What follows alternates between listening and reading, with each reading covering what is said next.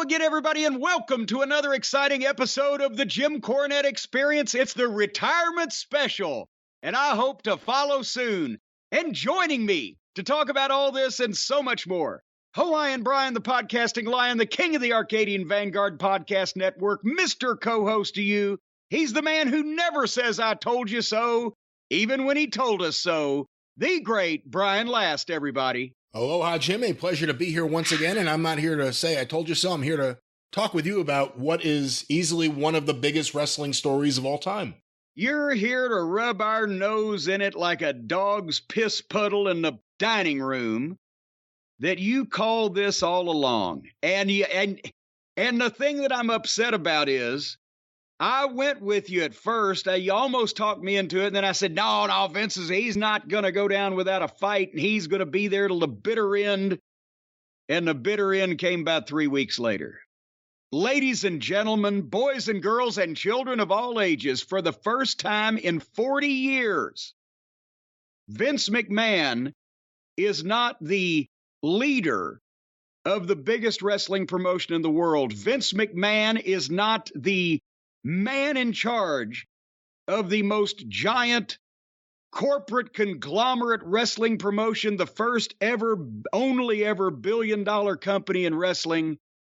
He's not. He has announced his retirement, and it all stems from this one incident that we've been talking about for the past month or so. Brian, it's almost like an Edgar Allan Poe novel, The Telltale Tart. That's what they're going to write when they write the story of Vince McMahon's ultimate demise from atop the mountain. Who would have thunk? I'm not sure if that's the title they'll use for this venture. Well, no, I'm going to copyright it, trademark. But this seemed, even though people thought it was coming when they heard the news, then we thought, no, obviously Vince is coming out here and saying, hey, I'm still right here. What precipitated this event, this announcement? I saw somebody speculated it had been made about a week beforehand, but he's been pretty present right along for the past few weeks. Do you think, is there something else that they've found out that may or may not come out? Was it just an accumulation? I've always said Vince was like Trump, but smarter and more articulate.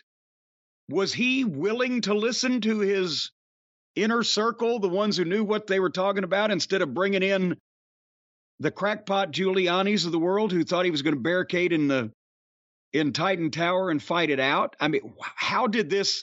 Obviously, it came out at 4:05 on Eastern on Friday afternoon so that it wouldn't tank the stock price going into the weekend, but... And also so the story would be somewhat buried in the news. It's a very much old school news mentality just because of the way things work nowadays, but burying a story late in the afternoon on a Friday is an old school trick. Well, it didn't work because it was a buried alive and the Undertaker's hand shot back out because people got it anyway. They reported it on WDRB 41 News at 4 here in Louisville by 5 o'clock. So, boom, it didn't get buried that good. But what do you think precipitated this? What was the straw that broke the chairman's back? Honestly, in the long run, it was actually going public. Because if his company was still private, it wouldn't be an issue like this. But even though he has 80% of the voting shares, he still has a board of directors. And he has a stock. And if the entire board of directors walked out because they couldn't ignore what they were finding out about Vince, it would tank the stock. What would the company be worth? Who'd want to do business with the company? We said before, and we don't know whether or not there was any pressure at all. If any of the network partners, the people paying all this money for this content, if they got wary of this and decided they didn't want to do business with Vince, that was a major problem for WWE. We don't know about any of that, but when I said that it was Vince's goodbye, and he appeared again on the John Cena episode of Raw, and that was his actual goodbye, the last moment of Vince McMahon on TV is him jumping off the stairs. After he got hung up on the rope trying to get out of the ring. That was his actual goodbye, because there was no recovery. That's why I thought this. How is he going to come back if after the first story, which sounded fishy right away, and I thought to myself, man, if any of the other things I have heard throughout the years from any of the people who were in the room, if any of them, and not you, obviously, if any of them were remotely I didn't even get to be in the room for any of this shit. If any of them were remotely true, I wonder if any of those stories would come out now. And then other stories came out. So I'm thinking, okay, if those came out, and I have heard rumors about other things, and now HBO Real Sports is looking into Vince again. And boy, there's a comeback. Are they going to bring Bob Costas back to 30 years later? He's going to fucking drop the strap and knock the papers out of my hand, motherfucker. I think it was Armin Katayan, right? Because there were two different incidents. There was one with Bob Costas, and there was one on Real Sports. He slapped Costas's notes, did he not? Or was that the other guy? That was Real Sports. That was the other guy. He just the one's working on a special right now. He gave Costas withering glances and brusque remarks. So I think Vince had to go for a number of reasons, especially if there's more to come out. And we don't know this, but I am going to say this. If there is more to come out, enough that they were able to convince him to walk away like this, weirdly and publicly, and issue weird statements to talent, if this was going to happen, you have to wonder if his focus may be going from, I mean, I don't know. I would think that you may want to, even if nothing happens, get ready for a criminal defense. What? If there are stories coming out about something with women. Well, it seems like so far all the women made a profit, at least. It was a business transaction, not any criminal offenses. Sexual misconduct. That's what it was. He was paying them off for the infidelity and any potential sexual misconduct. But now, is that illegal? Is sexual misconduct illegal? No, what I'm saying to you is if the transaction is already completed, if the person who was misconducted against agrees instead of calling the cops to take a settlement of some cash prize, then does that nullify that person's opportunity to press charges criminally because you were okay with it a little while ago? Well, that's a Stephen P. New question, but let me ask you this. We should have thought of that when we had him on, but anybody out there in podcast land, it seems if I went and robbed you, Brian, you run a bank, and if I go and rob your bank, but then I come back later on and say, looky here, I'm sorry. Here's the money, and plus here's something for your trouble. Are we even? And you accept that, and then later on you call the cops. I don't know. There's a gray area there, isn't there? I don't know. That's like Stormy Daniels. I'm not sure. But let me ask you this, looking at it from another perspective. If Vince's goal has been to sell the company, if that's the reason why Nick Khan, all of a sudden their agent is working in the company as the chief executive. If Vince's goal is to sell this company, which he has 80% of the voting shares, him and his family and family trusts and grandchildren's future, it's all tied into this stock. If his goal is to sell it, and he knows him having to walk away is the only way he'll be able to get it, because he's not giving up his shares. That's still there. They're just saying he's giving up any actual role with the company, from creative to executive roles. But he still has a stock. And let's talk about this. They're saying that, aren't they? But what would have happened? I can't remember when the last time Triple H was the vice president of talent relations. Was it 3 or 4 years ago before they brought Johnny Ace back? Whatever the case, 5 years ago. No, I think it was sooner than that. Wasn't he still head of talent relations after AEW started? I think, okay, well, let's just say, for the sake of argument, 4 years ago, if Vince had walked out of Titan Tower or his high-priced Stamford condo and gotten run over by a rainbow bread truck, who would have been running the company at that point? It would have been Stephanie and Triple H. And when did Nick Khan show up? A little bit after that, a little bit after AEW started, because remember, it was like, oh my God, they got a Khan too. Well, but then 3 years ago, it would have been Triple H, Stephanie, and Nick Khan. Guess who's running the thing now? So, isn't that amazing that the childhood friend of The Rock and Stephanie McMahon, the childhood friend of Andre the Giant, would grow up together and run WWE? Who would have thought? And then on the other side of the fence, Tony Khan, everybody's childhood friend, is running the other one. But no, seriously. So Vince McMahon now owns or controls 80% of the stock or the voting stock or whatever the way they've got it set up. Stephanie, his daughter, is the co-CEO, which pretty much everybody over the last number of years expected Stephanie to step into Vince's spot. And Triple H is in charge of talent, which everybody expected all along, and he was quite some time ago. And that would have happened if something had happened to Vince, like I said. And Nick Khan is the business guy. Now he can really go full force and sell them to Disney. And then Stephanie and Triple H get a couple $1 billion apiece, and Vince gets a couple $1 billion, and everybody just goes and buys their own private island.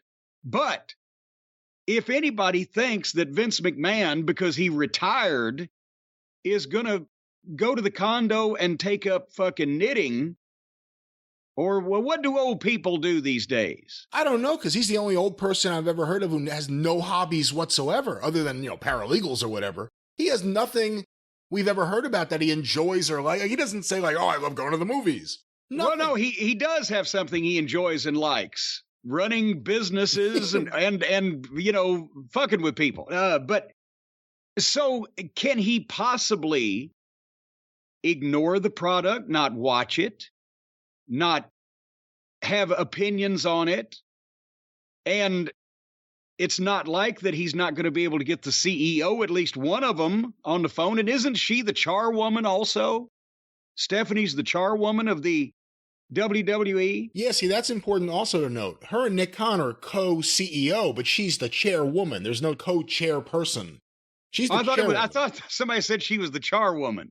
I'm sorry, she's the chairwoman. The charwoman? The charwoman. You've never been to Victorian England, have you? That would have been a great...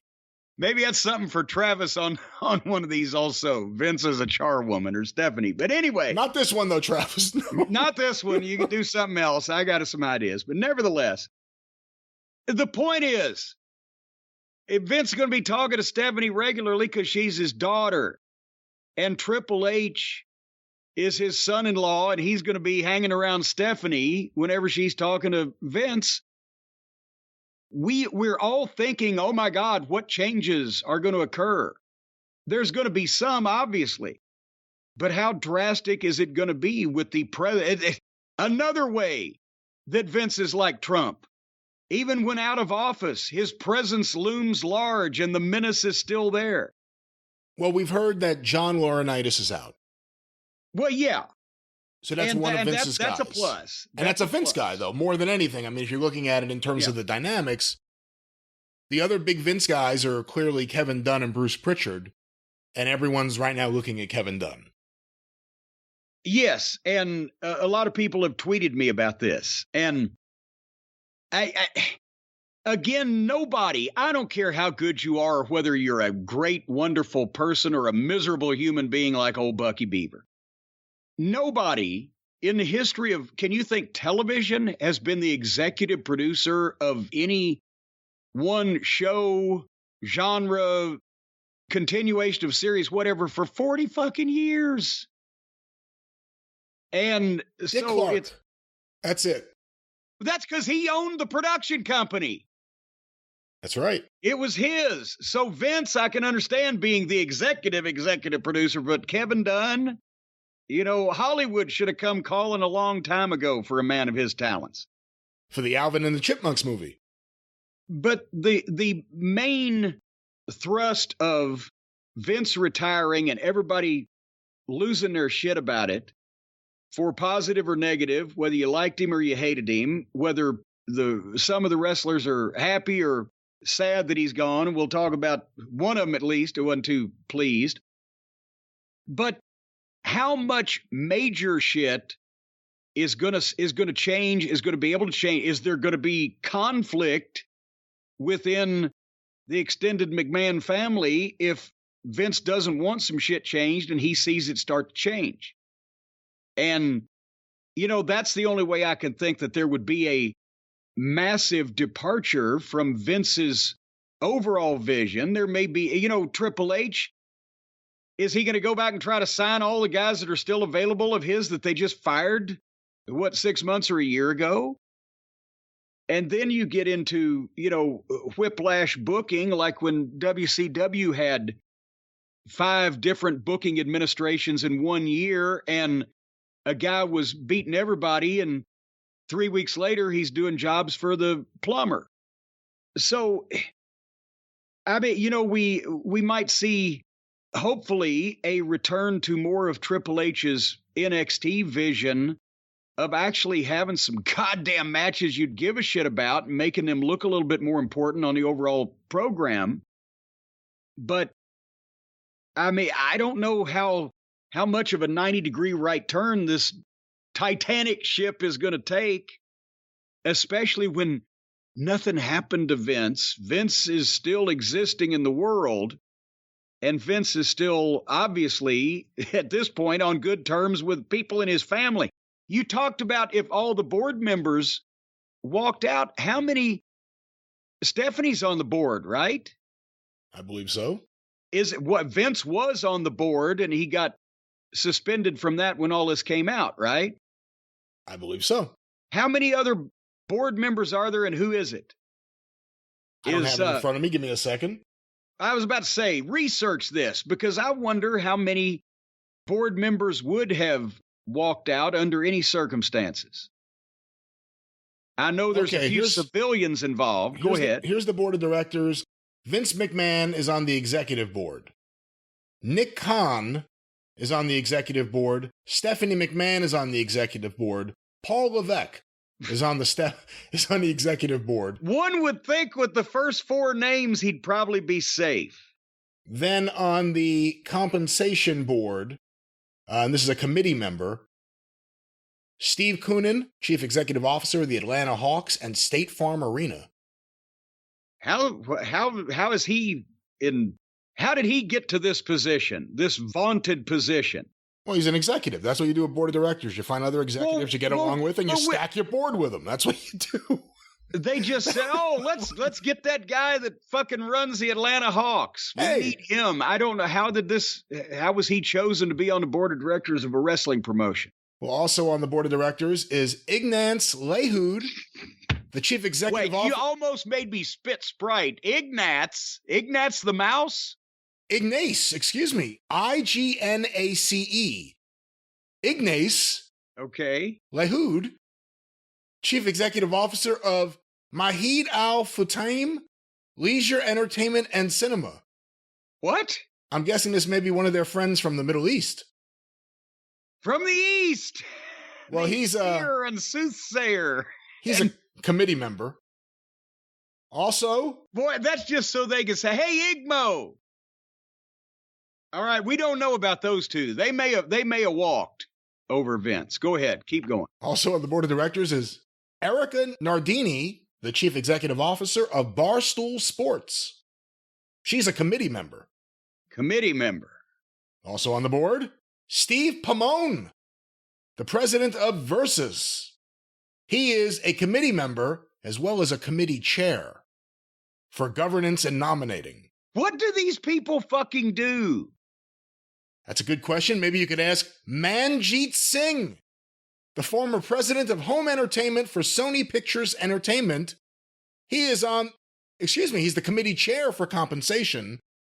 Let's talk about paralegals, Manjeet. Wait a minute, who's getting compensated here? And how they have a whole committee? Whose compensation do they talk about? You know what? I'll break down the committees in a second. The 2 other members here listed: Jeffrey R. Speed, the former executive vice president and CFO of Six Flags, Inc., and also Alan M. Wexler, senior vice president of innovations and growth at General Motors. And somehow these people they call them and say, "Hey, come on and be on the board of this completely unrelated company that you have nothing to do with and no experience in." Well, there's no one from wrestling they would put in there, but also think about it if you ran Jim Cornette, Inc., and you had a board of directors. And let's say you have friends that run other successful companies, like, hey, I'm going to put these guys on my board. It looks good. Hopefully they go my way with the voting. Why do I want people running successful companies on my board? They may try to take my company over. I want dumb shits, right? That way I'm smarter than they are. Yeah. Isn't that the way you do it? There are also 4 committees: the audit committee, the compensation committee, the executive committee, and the governance and nominating committee. And various people have various roles. They have a committee on nominating people to what? To the other committees? How does it, what do they just spend all their time just sitting around fucking committeeing with each other? They ought to be committed. So now let's identify the players again now. Vince is retired. He's going to the home over there in Greenwich. Wait a minute, he sold that. He's got the condo in Stamford. Stephanie is the charwoman, along with Nick Khan. Triple H is head of talent relations. John Laurinaitis has been asked to leave and never return, like a cast off from The Odd Couple. And he's walking around downtown New York carrying a suitcase on the side of the road right now. Bruce and Kevin Dunn, we mentioned, they're still around, but they were heavily tied to Vince's anal orifice. So now they've got to seek another cavern to crawl up in. What's going to happen with the creative? Do you think, since you've called this thing from the start, Brian, do you think that we will finally see more talented in-ring guys and less gimmicks? Do you think that NXT will be rehabbed and rehabilitated from what they've done to it? Do you think it'll make any difference? Because that's what I said earlier about the whiplash booking. When it goes back and forth, even if they went back to what made NXT a better program, is it too late? Have they run people off? Will people trust it if they come back again? Will the fans of what the WWE is doing now, whatever it is that may be, those boring paint, dry, and cheese molding programs, will they stick around if Triple H brings a better in-ring product and more emphasis on the guys instead of the hoopla to the main roster, which hasn't really seen that, just NXT did?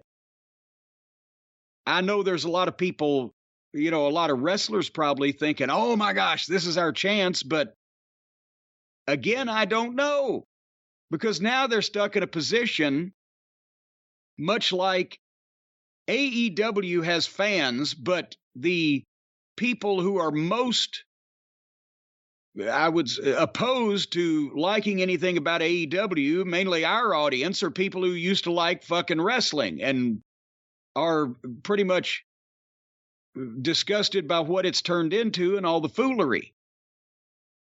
The same thing works if the fans they have left with the WWE are liking the shit they've been doing, then are they going to like that changed? And is it too late to get the people back that might like good wrestling? Your thoughts? I think creative will be interesting. It'll be the first signs to the public that there are changes. When all of a sudden the word belt is used freely. When the word fans are used freely, when people could speak naturally. Let's see how this affects the commentators. How different is Michael Cole going to be without Vince yelling at him?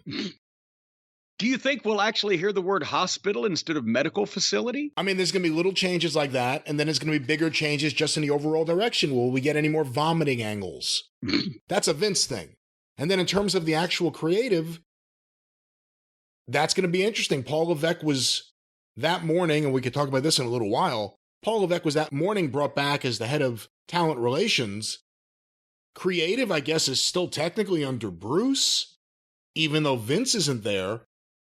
Bruce's talent is pleasing the person he's trying to, with Vince, he knows how to make Vince happy with what the show should be. I don't know if Bruce could do that for a Triple H or Stephanie vision. I say Stephanie just because they're married together, but in terms of the actual show too, who's going to be Vince? Is Triple H going to be running the show? And then who's running everything else? I mean, taking Vince out of the actual event, the taping, changes the dynamic as well. Well, Bruce's talent, as you said, is, and the reason why the Vince brought him back is imparting Vince's vision to the rest of the writing staff, whatever the case. I got to be honest with you, from everything that I've been able to determine, Bruce thinks good wrestling is kind of the WWF fucking style that Vince has mostly always had. And he forgives the Red Roosters and the fucking gobbledygookers and, you know, all of the foolery, because it's, you know, well, I've mentioned everybody needs personality. When you get a great talent, you'd want to mold something, but he needs personality, and they'd fucking put him in a goddamn tutu or whatever. You know, so I think that's kind of the stuff he'd be doing on his own. And the question is, will Triple H and or Stephanie want that? Because that's what's got him to this point, is the entertainment horseshit that Vince always valued up and down the show, whether the guys are over or not, is send them out there in a goofy gimmick. And I'm not sure, but and here's another thing. If the show gets more adult, and I'm not talking about everybody getting Tourette's syndrome and showing boobies, I'm talking about the guys actually being allowed to act like adults and talk like adults and fight like adults and have adult conversations instead of the stupid, you know, childish banter back and forth. Again, is it too late for the people who have already said that fucking wrestling is too silly and phony anymore? And will it offend the people who want to look at programming at a 9-year-old level? And again, I think if Bruce is there, Vince still has someone doing his bidding for him. I think if Vince is there, there's no way Vince isn't on the phone with him, telling him what he wants things to be. If the only number that Vince's phone would dial would be the fucking time and weather, he would be on the phone with the time and weather 20 hours a day. He's got to be on the phone talking to people and trying to get shit done. Yeah, wait until he discovers Twitter, for real. I wonder if he's ever actually seen and done it himself, or whether he has one of... When I was down there for the Hall of Fame, he had 2 assistants. Either that or his assistant had an assistant. Because they were both standing outside the door to his office with like 3 suits in each hand, so he could pick what he was going to wear on TV that night. He used to just bring his own, and there was one of them. So I'm sure he's probably got somebody punching the buttons on Twitter too. We'll see what happens. I mean, that's the thing. What's he going to really do now? All his life has been WWE, not wrestling, WWE. His wrestling, WWF, WWE. And now, apparently that's gone. Again, we'll see. The proof will be in the pudding. We'll see what they do with Lacey Evans. We'll see what they do with various people that appear to be Vince kind of projects. Did you see the statement that Vince McMahon issued to talent? Well, I did, but why don't you read it? Because it's so heartwarming, or heartworming, whichever the case may be, and that had to be dictated by somebody else also. This was a statement, and I'm getting this from PWInsiderElite.com. Mike Johnson reporting last night at 7:32 p.m. as we are recording. The following message was issued to WWE contracted talents this afternoon via text. To all WWE superstars, as I approach 77 years old, OMG, am I really that old? I feel it's time for me to retire. I've thoroughly enjoyed sharing my passion, wisdom, and love of the business with you. No longer will you see the smiling, docile, level-headed, calm presence at Gorilla every week. Your dedication to WWE will ensure that our company will continue to grow and prosper. Our organization is nothing without you. You are WWE's only natural resource, chosen to perform in front of a global audience. You are all WWE Global Ambassadors. Carry the WWE flag wherever you go. Wave it high and proud. And bust your ass to be all you can be as a person and as a performer. One other thing, I won't be with you, but I'll be watching. Remember to keep your hands up, grab a hold, and sell. By the way, SmackDown airs live tonight at 8 p.m. Eastern, 7 p.m. Central on Fox. Vince. He plugged SmackDown to the talent? What the fuck is that? Well, and again, I know somebody wrote that for him because Vince McMahon would not say OMG, okay? But it obviously was with Vince's approval. I'm sure they discussed it, and Vince said, write something up, and I'm sure he enjoyed the self-deprecating line about his calm presence. And he signed off, and then they wrote what they thought that he would get a kick out of them saying for him, and he did, and he signed off on it. That's where that statement came from. The tweet was a lot more abrupt. The tweet was real abrupt. He didn't even use all of his characters. And what was the, there was a line I was going to remark on in the statement you just read also when he was, but keep your hands up, sell, grab a hold. That's classic Vince-isms. So they put that in there, but the tweet announcing his retirement was just at 77. It's time for me to retire. No, it's. Oh, 77. Time for me to retire.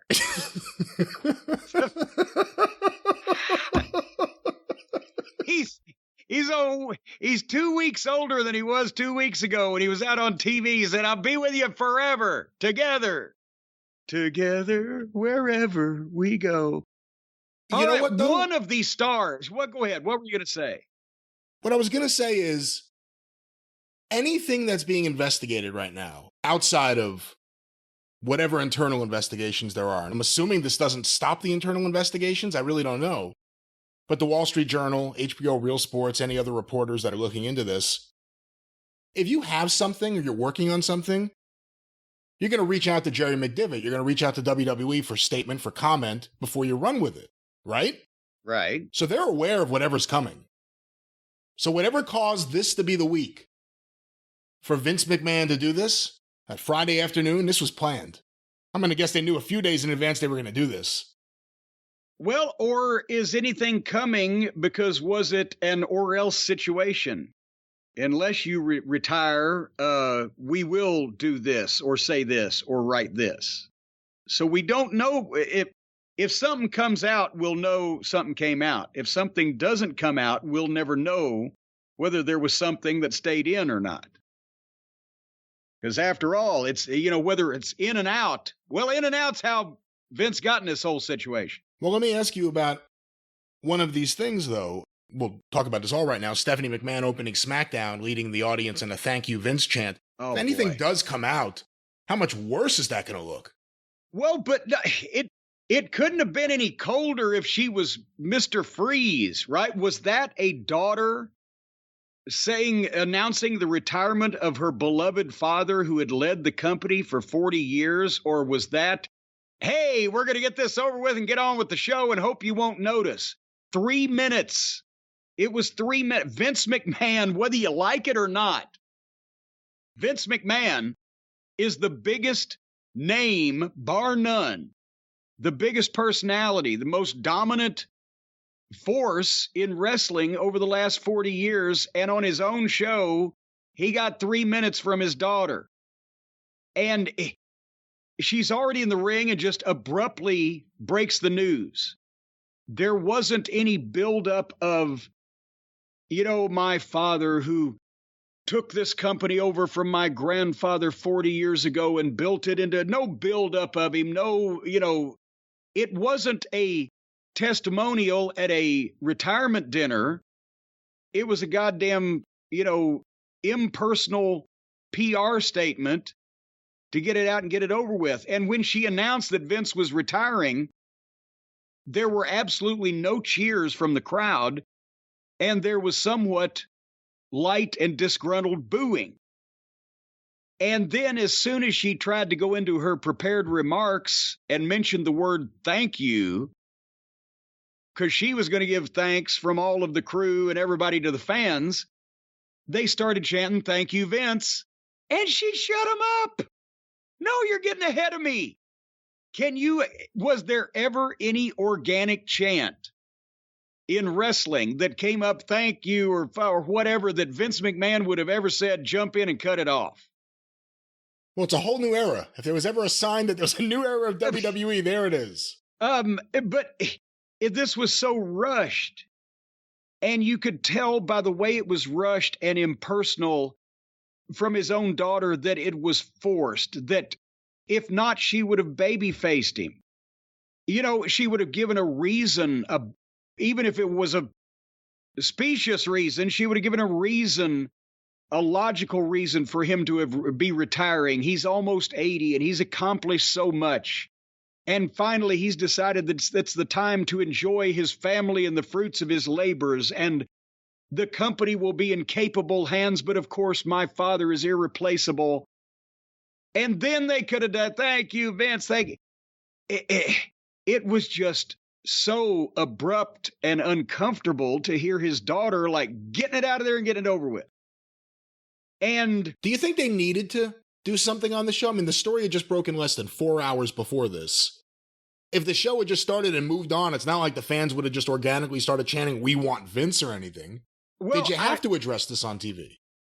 I think, yes, the stepping down of, again, the biggest name in the modern era of professional wrestling. He's been known probably more than maybe The Rock now and maybe Stone Cold. I don't even know, but it might be neck and neck with Hulk Hogan that people know who Vince McMahon is.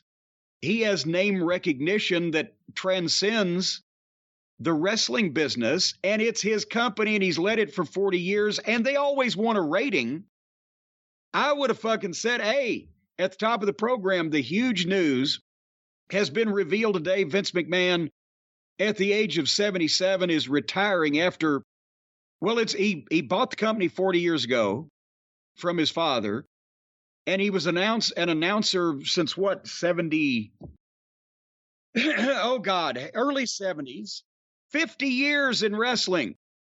I would have said Monday night, we're going to have an amazing on Raw career retrospective on Vince McMahon and give the studio all weekend to put together one of the things that they do better than anybody in the fucking world, of tribute video. And they'd get a number on Monday and they would play it and make a big deal out of it. And he wouldn't even need to be there in person. But more needed to be said and done. I don't care if people accused him of, sodomizing a fucking Dalmatian on Broadway. The fans are going to be pissed about this because they don't get a goodbye or a big fucking deal out of it. The fans that they've got left. And remember, they've still got 2 or 3 times more than AEW does. So for them, and just for Vince's importance, I don't know why they wouldn't, make a bigger deal. And everybody, when he was accused of doing this and that, their fans and their viewers don't give a shit.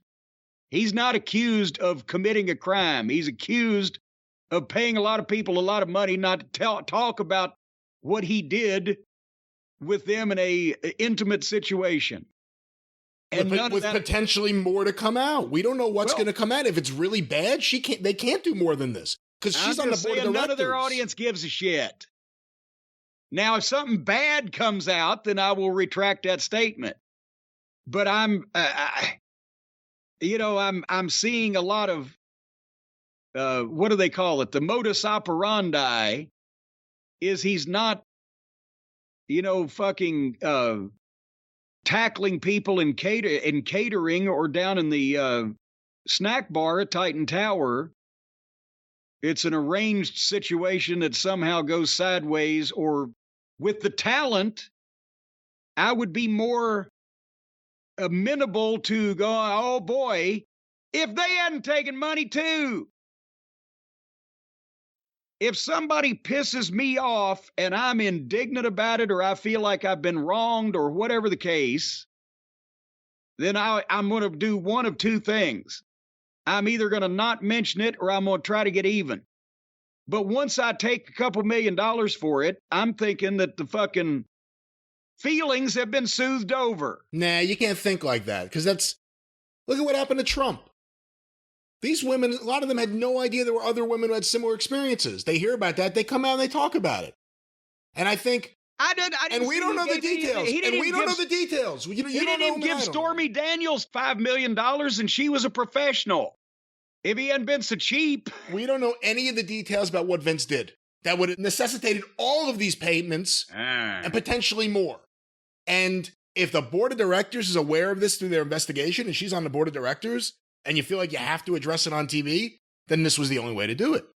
If you feel like Vince did nothing wrong, then you do a nice video package of Vince, who just abruptly announced his retirement on Twitter. But they did it a certain way. I think that there's more to come out. I think that the influence of Vince on anything further will be apparent if it's there or not on TV. And that'll be the story. Because I think when he made his goodbye, and then he decided he didn't want to leave office. And they couldn't figure out how to get him out. And now they realize whoever it was that talked to him, Jerry McDivitt, his family, again, they announced Triple H was coming back full time that morning. We thought that was going to be the story we'd be talking about today while recording the show. Yeah, and I'm still pissed because I was waiting to see the mixed tag team match at SummerSlam. Stephanie and Triple H against Vince and Bruce. And now we're not going to get to see that. And I was trying to figure out how they could come up with a finish where Stephanie beat Bruce without hurting herself. Hey, if Luger could hip toss Yokozuna, she could take Bruce. She could take care of Bruce for a good finish. That used to be an old line in the locker room back when veterans knew what was going on. They'd be booked with a fucking kid that they were trying to give a push to and wherever, and the kid was going to go over, and the veteran would sit down and look at him and say, "Kid, I just don't know if I can figure out a way to put you over without hurting myself." But anyway, that may be the only explanation for blowing off. It's like Mick Jagger decides to leave the Stones and they just, okay, well, thank you, Mick. I'll see you later. And no ceremonial tribute. It would be like if Mick Jagger left the Stones like that, if 2 weeks before he came out and told everyone how much he loves them, that he'll be there forever. Then he made another appearance. And then all of a sudden he announces, you know what? Now is the time to retire. I was wrong. Well, now's the time to go. Yeah, all of a sudden. We'll never know. No, we may know. But somebody else said it was time to go, and now everybody's up in arms about whether Brock actually left or not. And apparently, the story was that when Brock was given a heads up that Vince was retiring and about to announce that on Twitter or whatever, he was, what the fuck? And uttered some, I believe I saw it on the internet, quoted as some derivative of if he goes, I go, and stormed out of the building. And I'm sure Heyman was involved on the phone or whatever, but they got him before he got on his plane and flew back to Saskatchewan.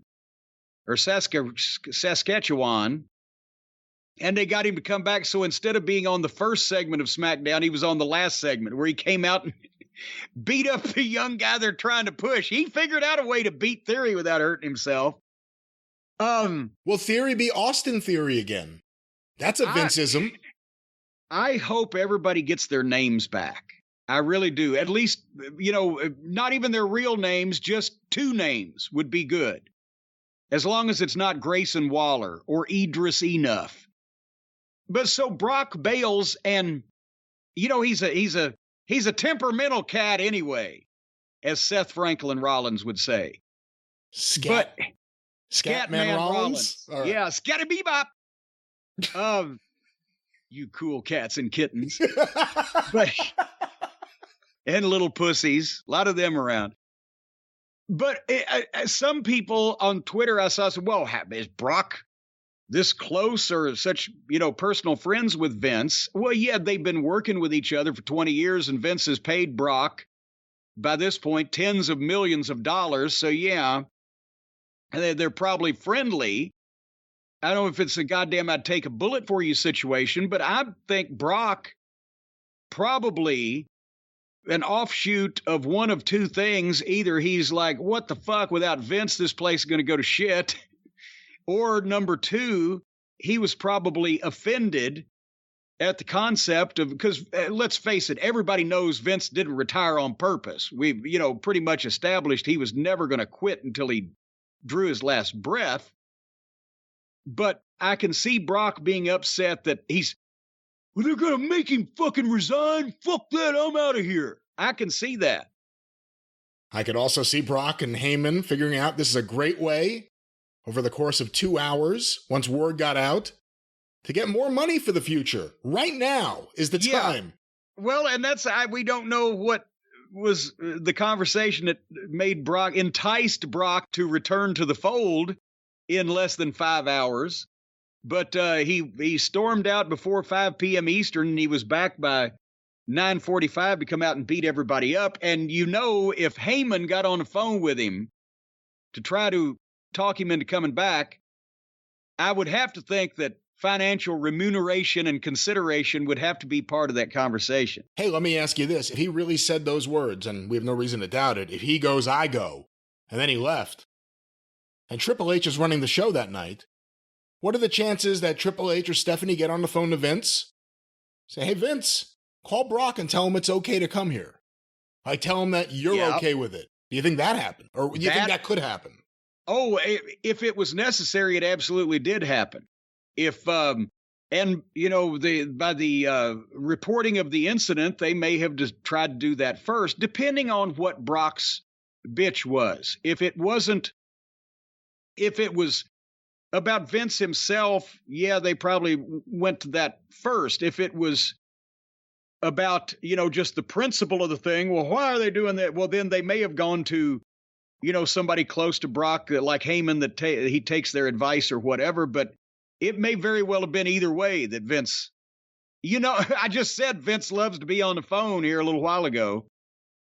So, he was standing by.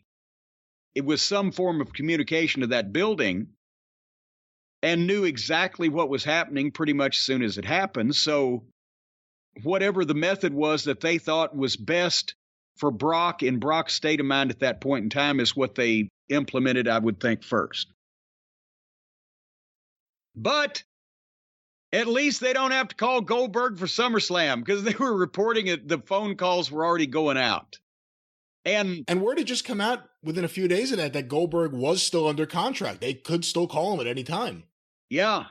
And pretty much almost needed to there, because that's the thing. What happens if Brock gets run over by a rainbow bread truck? Well, then they've got Rainbow Brock. That's the headline. But then they've got Roman Reigns, Goldberg once a year for diminishing returns at this point, and Cena's making movies. Major motion pictures and sitcom. You know what, though? If Triple H really does have a hand in creative, this is going to be one of the things that we see the difference. Because for all the complaints we want to make about Adam Cole or Keith Lee or various other people when they got brought up to the main roster in WWE, or even how they were used in NXT at the end, like Theory, Triple H did get those guys over to that audience. Now, again, that's an argument. That's an AEW argument. They're over to that audience.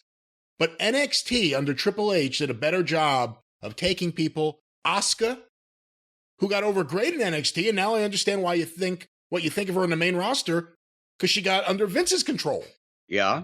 So I think it does give us a little bit of hope. And again, if that doesn't happen over the next couple of months, that's a clear sign that there's a bigger problem than we thought. But if all of a sudden we start seeing some of these logical changes that remind us of NXT of the past, it'll tell us what's going on. Well, you just mentioned something, over to that audience. And that's an unfortunate thing sometimes, because it stunts growth, especially with AEW. There's no way that anybody else will want to break into that little private club they got going on if they don't open up their doors to people who, just won't tolerate just anything. But with Triple H, he got guys over to the NXT audience. With the main roster, Raw and SmackDown, they have an audience, but nobody's over to it. That audience, I think, it's the habit. We watch SmackDown. It's what we do. It's what we've done. Sure, it's boring now. Sure, and Raw, same thing. Sure, it's boring now, but I've likened wrestling sometimes in the past to the, horrible, abusive relationship that you don't want to bring to an end because you think that it will be better, but they haven't gotten any better. So they've got an audience, but nobody is over to that audience. And Triple H, since he did it once with an affiliated audience of SmackDown and Raw, NXT, maybe he can do it again, that since those people are still sitting there, at least he can get some of the guys over to him. Because right now it's the product, it's the brand, it's the idea of going to see the WWE as the casual fan that, we'll go to a SmackDown. But there's nothing interesting to really get people fired up and invested in that guy or that match or that feud, except when they bring in the stars from the past, because those guys are over. So maybe Triple H can at least help tighten up that loophole that they've come up with, where they've got an audience, but they don't care about any one particular individual enough. We'll see. I mean, NXT pushed a guy named Tommaso Ciampa, and he got up to WWE, and all of a sudden he's just a guy, and he has half of his name. We're not Gargano fans, but he pushed a guy named Johnny Wrestling on TV. So, I mean, there's going to be clear signs if there is a change, and it's a Triple H style change. But again, Bruce is still there. What's Bruce going to do? If Vince has no hand in creative, and creative goes in a different direction, yet Bruce is still the liaison between the office and whoever's supposed to do what they have to do, he's going to be able to just relay a whole different system of wrestling, a whole different way of looking at it. It's going to be interesting. Well, I think ultimately all of these people need a good night's sleep. You got Vince, now he's finally retired. He hadn't stopped working in the past 50 years. He's going to need a good night's sleep, because that's especially important for the elderly, especially the elderly that don't have any hobbies and aren't going to really be able to relax no matter what they do. Or Triple H. Now he's got much more responsibility on his plate, and he's had heart issues. He's going to have to make sure he takes care of himself, gets plenty of sleep. Stephanie, she's got to dream up all kinds of different ways to cut Nick Khan's balls off and take total control. So she's going to need a good night's sleep so she can dream up those things. You know where I'm going with this, Brian? It all comes down to one thing.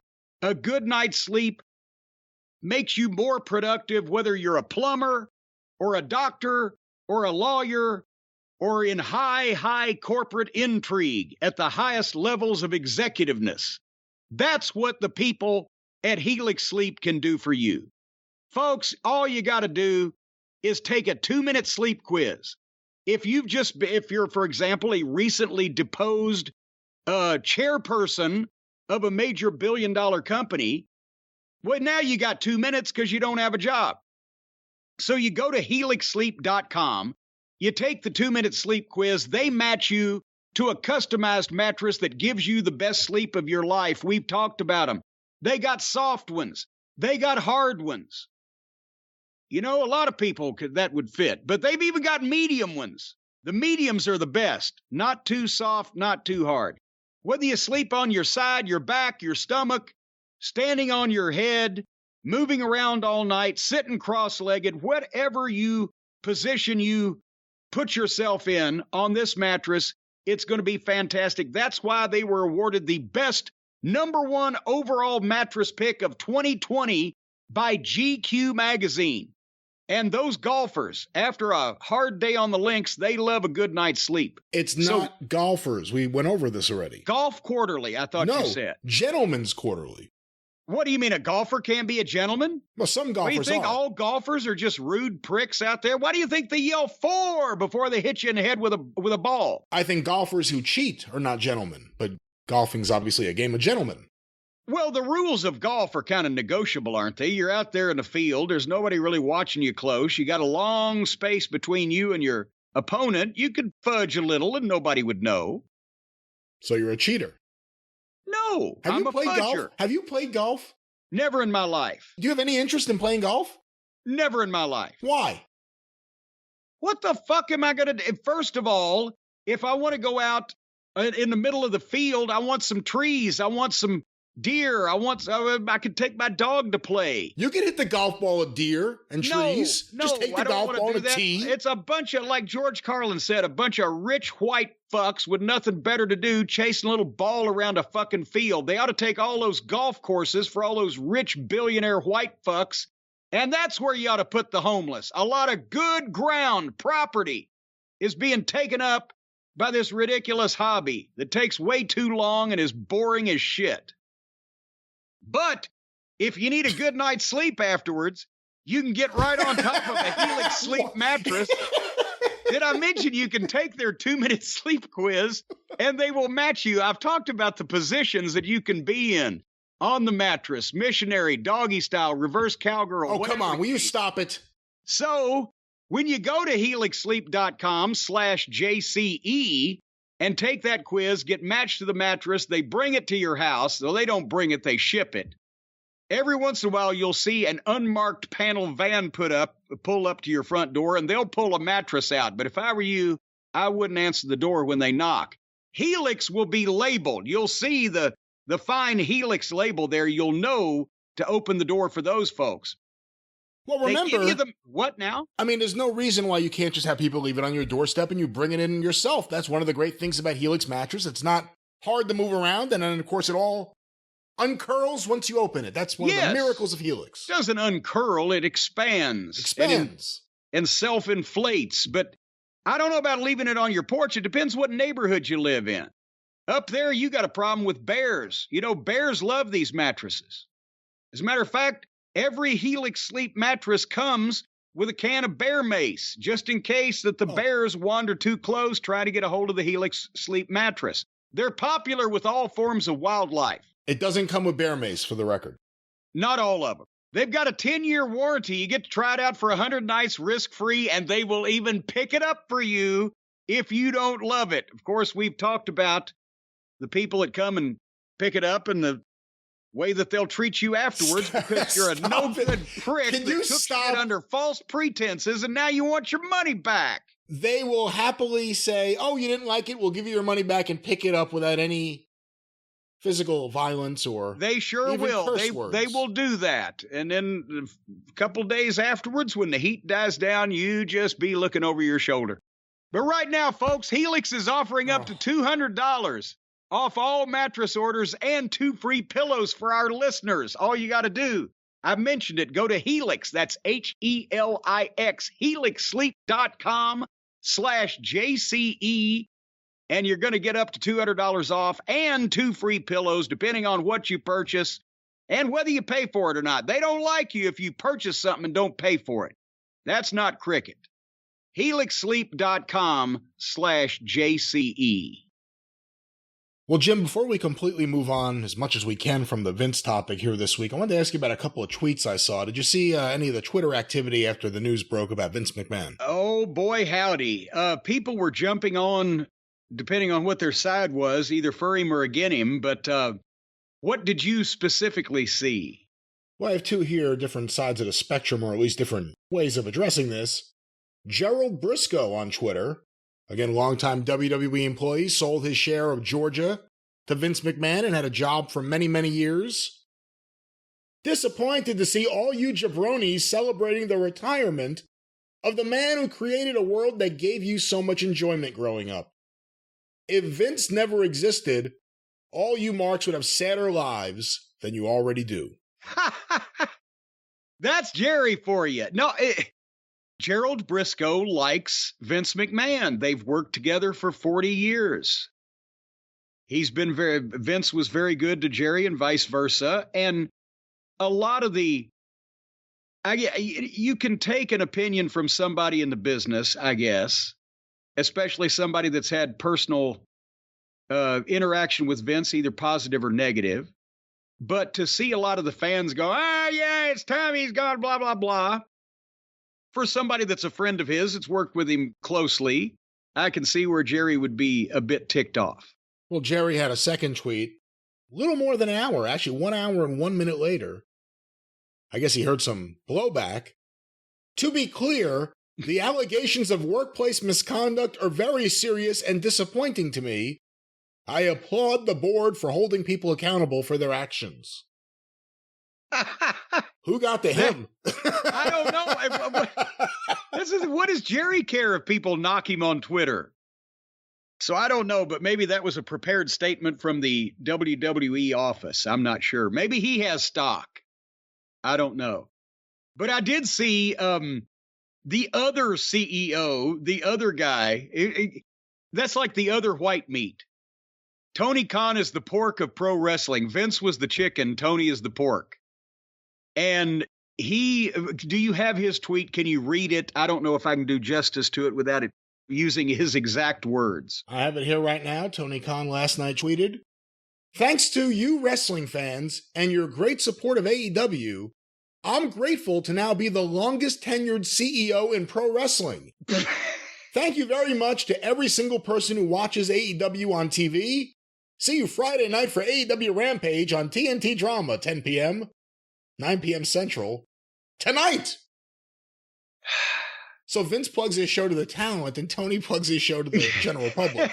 Interesting. Well, yeah, but in the meantime, Vince gives a tongue-in-cheek statement that was obviously written by one of his assistants, and Tony writes his own and comes off like a 12-year-old kid, bragging that he won a one-horse race. There are no other CEOs in pro wrestling. Well, I don't know how some of these independent organizations are structured or set up, or if they even are set up, if there is paperwork with their various state governments.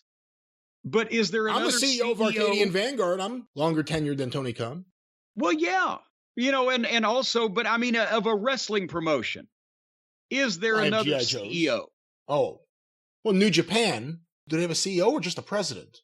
He's the president. And Scott D'Amore is not the CEO of anything. And there's the Men's Hair Club.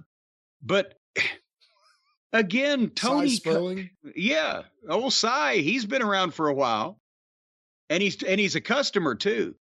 But Tony can't help but being an adolescent kid about this shit. Of all the things he could have said, that just comes off so stupid and childish. Yes, he's been the CEO of his own company. He started with his daddy's money 3 years ago. The same thing Vince did. Well, but he bought the company with his daddy's money because he took the company profits to pay for it. Well, but at least he actually used some of the money that would technically go to him as the owner to pay for it rather than just, but the point is, I'm sorry, Tony, but when you can brag about being a CEO for 40 years or whatever, then that's something to brag about. But just because the other guy quit running and there's nobody else in the race doesn't really make you goddamn a fucking superstar. Who was that guy that ran the 4-minute mile? Roger Bannister? I don't think Tony's in that company yet. I think it's delusional. And maybe if he worried about trying to act more professionally instead of acting like one of his most ardent fans in the seats, he would have a little bit better public image than fucking Rick Moranis on goddamn meth. Is your problem, for the person that's going to argue Tony Khan was just making a joke, is your problem the joke or the fact that the CEO of AEW is making the joke? The CEO of AEW is making the joke. It's ridiculous. Can you see if the situation was reversed, Vince would even acknowledge the incident? He would dance on the grave of the incident, actually. Privately, but he wouldn't tweet about ha ha ha. Tony got sent to his room or whatever. No, it's just so stupid. It's the owner of the company acting like the fans, and that's just stupid.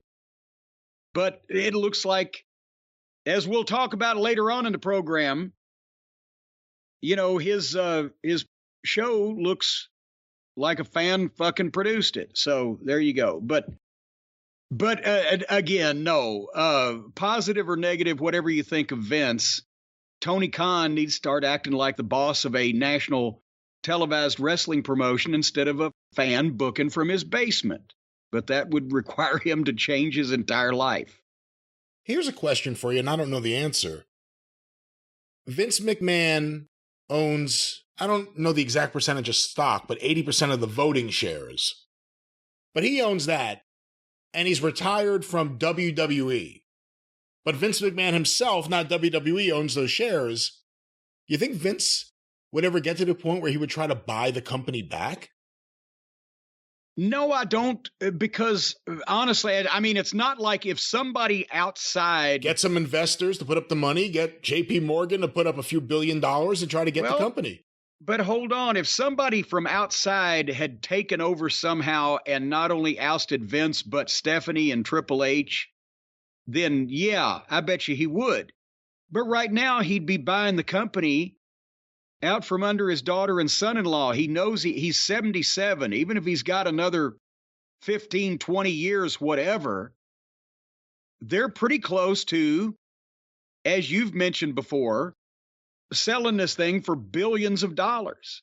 So I don't know if he would want to rock that boat now, because if they sell it for billions of dollars, billions of those dollars are going to go to him, and however much more to his daughter and son-in-law. So if all of them were gone, if somebody just taken it over and he didn't have any say anymore through his family and minions, yeah, I think he'd do everything, including, knocking on the door of 1241 East Main Street in Stamford with a fucking billy club trying to take it back. They're about to move into their new buildings. He's not even going to go with them. Maybe, well, I bet they'll have a Vince Memorial Office on the 4th floor in the corner, just so that, and maybe it'll be a display, like a Vince museum. But anyway, that's the thing, is I don't see him screwing that up for not only the kids, but also himself, when they still stand to make a fortune whenever. And now, now that he's not actively running it, is it more attractive to him that they go ahead and sell it? And are Stephanie and Triple H going to necessarily argue at that point if they're going to get a ton of money out of it? I think that maybe they're thinking, well, we'll get this thing back in shape so the sale price will be higher. Let's get our talent in order. Let's, get the proper people in place. Yeah, Fox is watching. But I don't think they're going to start now trying to go into something like that would take whoever knows how long and raise a lot of questions and muddy the water. You brought up before that Vince has been a commentator for a long time. And then, of course, in 1980, him and Linda start a company. And in 82, they buy Capital Wrestling. They pay installments. Vince and Linda, or Vince pays installments to the different owners other than his dad out of the company profits, and then he has full control. Well, let's go over that real quickly for a second, just for some of the newer listeners. Vince agreed to buy Capital Wrestling, the old WWF, from his father, Vince Sr., for, what was it, $1 million?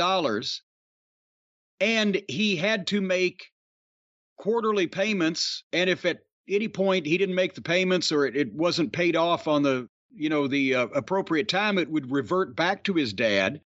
But it was a promotion and a business that was already ongoing and having a hot period.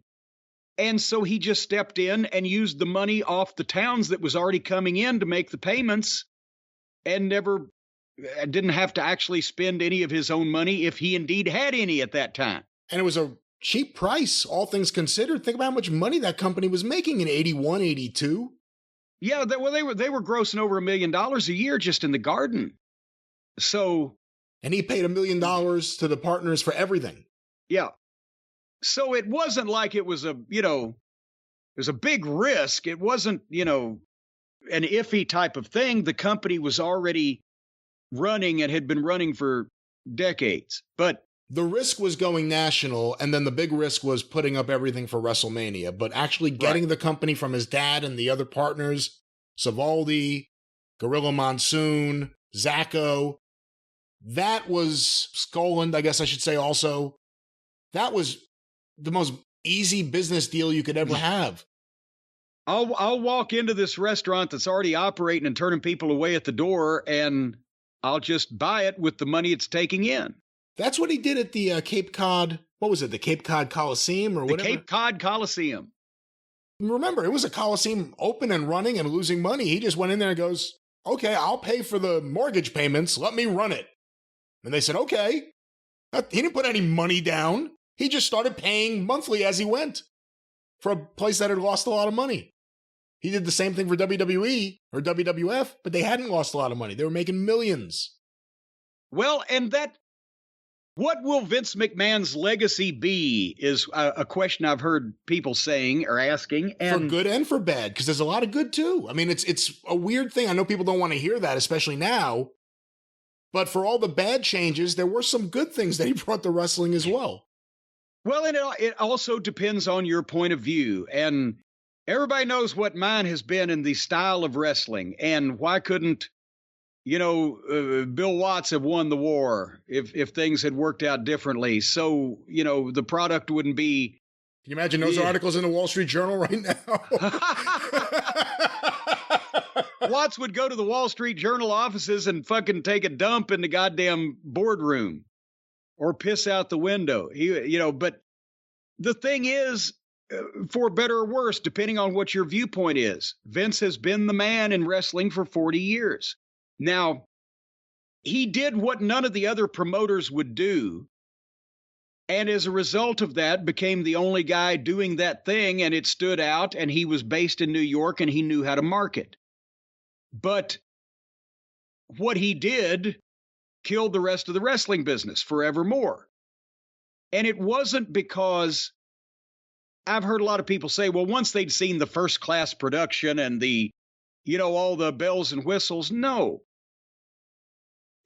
Once you opened the door and established to everybody openly that wrestling was just entertainment, was fixed, fake, choreographed, worked, however you want to phrase it, then you've already started limiting the audience. And then it becomes, okay, who can do the fake show the best? And that was Vince, because he was the only one that would make the move to do an obviously openly fake show. The other promoters made fortunes in their own areas, but they didn't want wrestling to be that big, to be publicly traded, to be on the 6 o'clock news every night and on the cover of every magazine, because that would have exposed the business, brought attention, scrutiny. Everybody would have known, especially in the modern era with social media, what the fuck was going on. They weren't going to do that because they wanted to keep their ability to make their money in their territory for the next 20 fucking years. And a lot of people have said, including some learned observers, it never made any difference when they told people that wrestling was a work. How the fuck do you figure that? There's only 2 wrestling promotions, and until 3 years ago, there's only one of any size. It made a lot of difference.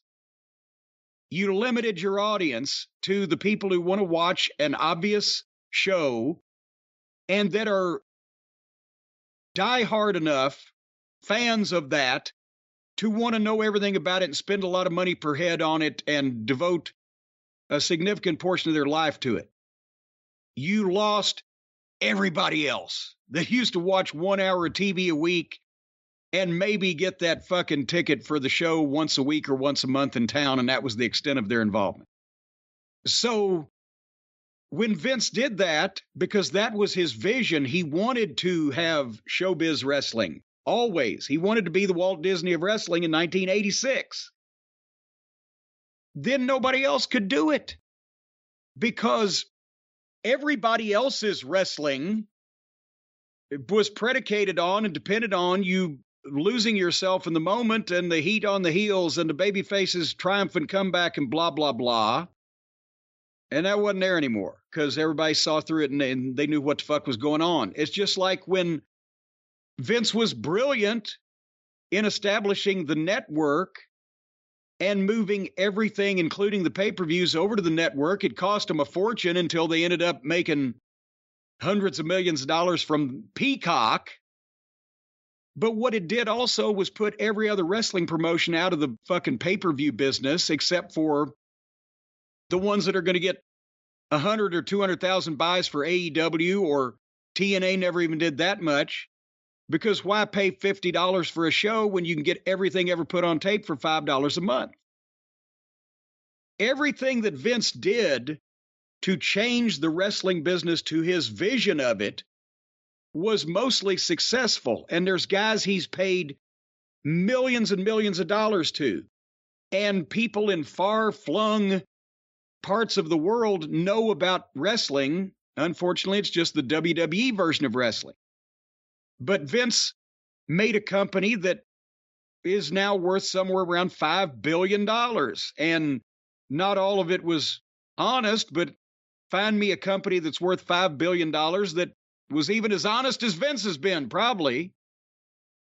So you can't argue the success and the stars that he made and the money that he made and that he paid people and the vision, not the visibility of those people that went into movies and the visibility of the business, etc., has never been in question. We've always said he ran the best business. He found the best people. He didn't do a TNA Dixie Carter and hire a bunch of fucking people fresh out of college that didn't know shit from apple butter and couldn't grab their ass with both hands.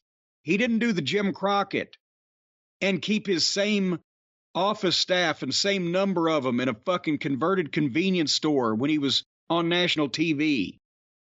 He didn't make a lot of the mistakes that the other people made. The only thing that most wrestling aficionados, especially as the years have gone on, that had a problem with was the fake, phony, silly, goofy sports entertainment, which killed the wrestling business.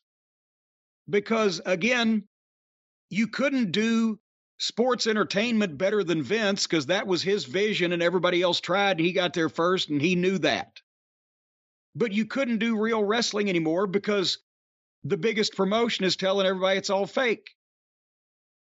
So he simultaneously built his own company and doomed everybody else to irrelevancy.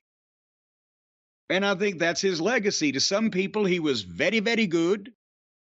And to some people, he was very, very bad. He was more successful than anybody else in wrestling at what he did. But unfortunately, that led to the ruination of every other wrestling promotion because you can't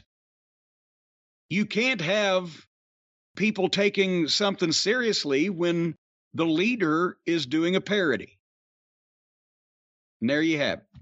I think there's more to it, though, because I think part of the problem was there was no one prepared to fight him. So here he is presenting this parody, as you put it.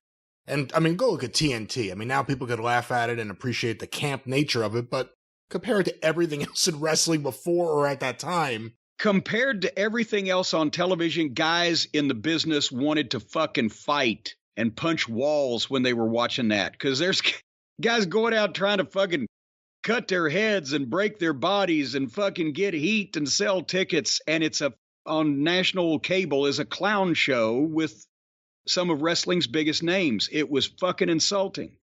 I think, because I'm one of those believers that's out there that most people were told, because I was early on, a lot of other people, I've heard Jerry Jarrett say it, we're told early on that it's fake.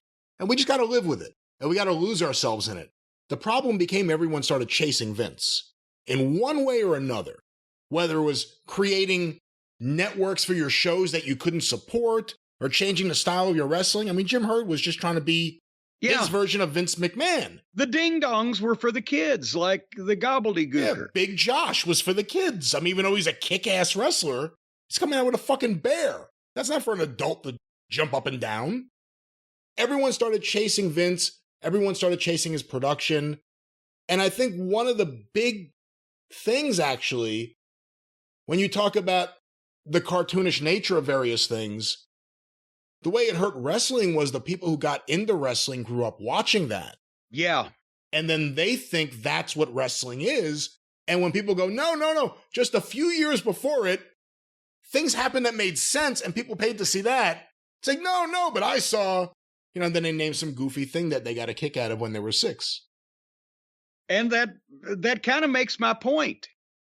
Because of mismanagement in WCW from the start, his only competition, and the dearth of the territories to make new talent, even Vince in the mid-90s went in a fucking hole, and then they hot-shotted everything, both companies, and then by the time that was over and Vince won, everybody'd run out of shit to do, and all the fans had seen everything, and the one person they had faith in, Steve Austin, then they didn't because he switched heel, and then their options were gone. It was WWF or nothing, and the business never really recovered from that.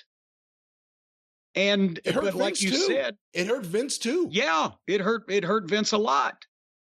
But like you said, now the people that have gotten into wrestling grew up watching either WWF or the indies that were trying to take the place of, what we had lost. And so then you have people getting a kick out of shit and wanting to emulate untrained goofiness because they think that's what wrestling was. So again, Vince, for the people that were on his side and on his team and shared his vision, they were more successful, and he led them to more riches and notoriety than they would have ever had before, ever or since in their life.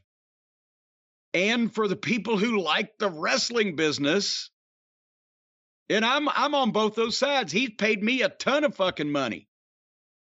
But then again, I fucking loved wrestling, and I hate that we don't have it anymore, and it's mostly directly because of Vince. So I qualify for both parts so I can see both sides. And, we have to also say that it wasn't necessarily always a fair fight. Now, certainly Vince had a better operation. He had an operation. He had a staff. He had an office. Yeah. He had serious executives and people who may not have cared about wrestling as much as they cared about making sure the marketing and the promotion of this product is okay. He had the right people. That doesn't mean he didn't do predatory things. He tried to screw with everyone. It was never a fair fight. It was never, all right, me against Crockett on pay-per-view. Let's see who the best man will win. No, it was, I'm going to do everything I can to prevent them from getting on pay-per-view. I'm going to threaten people with WrestleMania. It was one thing after another. He tried to mess with every promoter, and eventually there weren't any promoters, and eventually there weren't any promotions, and eventually he couldn't find good talent. But he was someone who definitely, because later on he pretended he was Mr. Good Guy with the Ted Turner thing, the manufactured Ted Turner feud in his head. But look at the way he went after every territory and every promotion, and you were in Crockett Promotions. You saw what happened. Yeah. So it wasn't a fair fight. It wasn't like, and he probably would have won anyway, just based on everything I said. He had the operation, he had Hogan, right time, right place, the cartoon, but he still went after promotions and did everything he could to hurt them. Well, yeah, and just when you say he would have won, he probably would have. Once again, he had Hogan, he had New York, and he had that office infrastructure, but Crockett would have still been in business providing an alternative product if Vince had not sabotaged Crockett's efforts to get on pay-per-view. Because at that time, the money that Crockett would have grossed on pay-per-view would have more than paid off the debts that he had when he had to sell to TBS. I mean, just a couple of pay-per-views. That would have been it. It would have been fine. And Crockett would continued on, but he overextended himself buying the television time slots and the promotions and the extra added expense of getting an office in Dallas and a blah, blah, blah. And all of that was in response to Vince. Bill Watts's package of TV shows outside of the Mid-South area, the expansion to become the UWF, was in response to Vince. And then he couldn't support that. And then they had to sell to Crockett, and he couldn't support that. Yeah.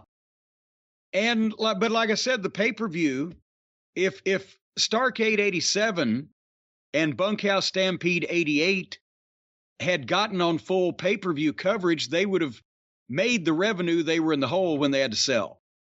But then it took Turner Broadcasting getting involved, where the 88 Bash was the first time we were actually on pay-per-view full coverage, and Vince had almost a 2-year head start by that point. So, that's the thing is, but it's not like that those tactics were unusual in professional wrestling, just there had been no pay-per-view. But I mean, it goes back to the old days of sending people out on the street to tear the opposition's posters down. It's the same flavor, it just changes with the times.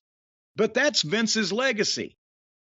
He's Satan and Jesus both at the same time, depending on who you were and which side of the argument you were on. And in some cases, he can be both, because you could be on both sides of the fucking fence at various points. You think he'll go into the WWE Hall of Fame? Now you've got me scared about the stories of him and the Dalmatian on Broadway coming out. Who knows what, and then there's also Vince's thing was he never wanted to be thanked at the Hall of Fame. Every producer had to tell every speechifier, whether they were inducting or being inducted or indicted or whatever, don't thank Vince. He hates that. So it might be against his will, but will that be a PR move at any point that they don't want to take? With that said, does the opening of SmackDown make a little more sense? That Vince doesn't want to be thanked. He doesn't like that kind of attention. Well, no, because in this case, it wasn't going to be, or it shouldn't have been, Stephanie out there going, so I'm going to lead you in a chant of thank you, Vince. They got that organically, and they would have known that was going to come up as soon as they mentioned the buzzword of, we want to thank all you fans. They knew immediately they were going to say thank you, Vince. If she didn't, she's insane. So, no, that wasn't trying to get it over with like that. No. Again, they were trying to get the news out and get it over with rather than sincerely, caring what Vince's feelings apparently were at that point in time, or elsewise she would have done it in a more heartfelt fashion. But I don't think Vince said, I know I've announced I'm retiring, but don't let them chant, thank you, Vince. From the fans, he's fine. He didn't want the boys constantly groveling in public. Well, very interesting. We'll see how this changes things in a number of ways, from the on-air to the behind-the-scenes to the relationship certain talent, from The Undertaker to Brock Lesnar or whoever else have with the company. We're about to embark on a very interesting period for WWE and all of wrestling. This is going to affect wrestling. Will the word wrestling be used again on WWE TV? I can't wait to see if that happens or not. And we'll see how long Brock is, because just because he came back doesn't mean he might necessarily. Is there something with him and Triple H? Who knows? But I don't know what his contract length is. Well, instead of length, it's probably number of dates. But if he gets cranky with them and they can't bring Brock back for the big shows, they better hope that The Rock and Nick Khan and Nick Khan's sister, what's her name? Anastasia? I forget what her name was. It wasn't that. Okay. Was it Nanochka? It may have been. There's a Nanochka Khan. Someone was named Nanochka Khan, but now I don't remember if it was her or someone else. I can't remember. It's some person in television. I think they're on Family Guy. But anyway, so we'll see maybe they get The Rock for WrestleMania through all of his childhood friends. Otherwise, they better keep Brock happy. Hey, we'll see how talent reacts to this. How many wrestlers gave up on the idea of going to WWE and went to AEW because they didn't want to get under Vince's control? They didn't want to do that kind of stuff. They wanted to work with their friends, of course. Well, also, let's be honest. How many guys went to AEW because they didn't have the option? Because Vince would have looked and gone. But the guys who had the option, would they have thought differently of the move if it was Triple H on top as opposed to Vince McMahon? Even the guys who like Triple H, it was always Triple H, unless his father-in-law does something crazy like sends him home. Well, probably the guys from NXT might very well have stuck around. So we'll see. The Laurinaitis effect. He runs off everybody except the lingerie models and the illegal paralegals. Do we have a regular show today? I guess we do. Hold on. What have we done so far? Let me just mention, by the way, the weather here in Louisville fucking sucks. Every day this week has been between 95 and 100 degrees. At one point this past Wednesday, 30 miles up the road, the heat index was 114 degrees with an 81-degree dew point. I didn't even know that was possible. You don't see that a lot. So there was literally water hanging in the air. And this is the week that they put up my drywall. So all the windows are open in the back rooms. There's a giant fan blowing. And they've been trying to drywall these two rooms for a week. They can't get it all to dry. I have wet wall. And now that that's finally all accomplished, this coming week, they're going to put my windows in. It's only rained one day in the last month here, and every day this week while they're putting the windows in, it's supposed to rain. So that's our weather report. And I would like to again thank everybody who participated at the JimCornette.com sale of the action figures, the ones for Australia and New Zealand, also the original figures, the limited amount that were put on sale. And I'll have you know that thanks, even though I've been delayed somewhat by the constructifying in the castle here, by the end of this week, and that sale was just last weekend, by the end of this week, everything will be in the mail. And also thanks to everybody who are availing themselves of the A Corny in the UK and the Live in London DVDs that have gone back on sale after a long hiatus. Those things are flying off the shelves. JimCornette.com. Get them while they're hot. And we have a Norman Weasel Dooley update, which I promised on the drive-through this past week. That's your show, Brian. We promised it this past week, right? You have, yes. I will act like I guess so. Yes. Yes. Well, you can't keep track of these things. Well, you promised it. I didn't promise it. I didn't know if we would have an update. Well, I have an update. The update is there is no update. No, actually, there's an update. Apparently, did you know that you can just look people up on the internet just willy-nilly, and it gives you like their address and sometimes phone number and shit like that? Thank God that wasn't possible in the 80s. Half the fucking heels in the country would have been dead.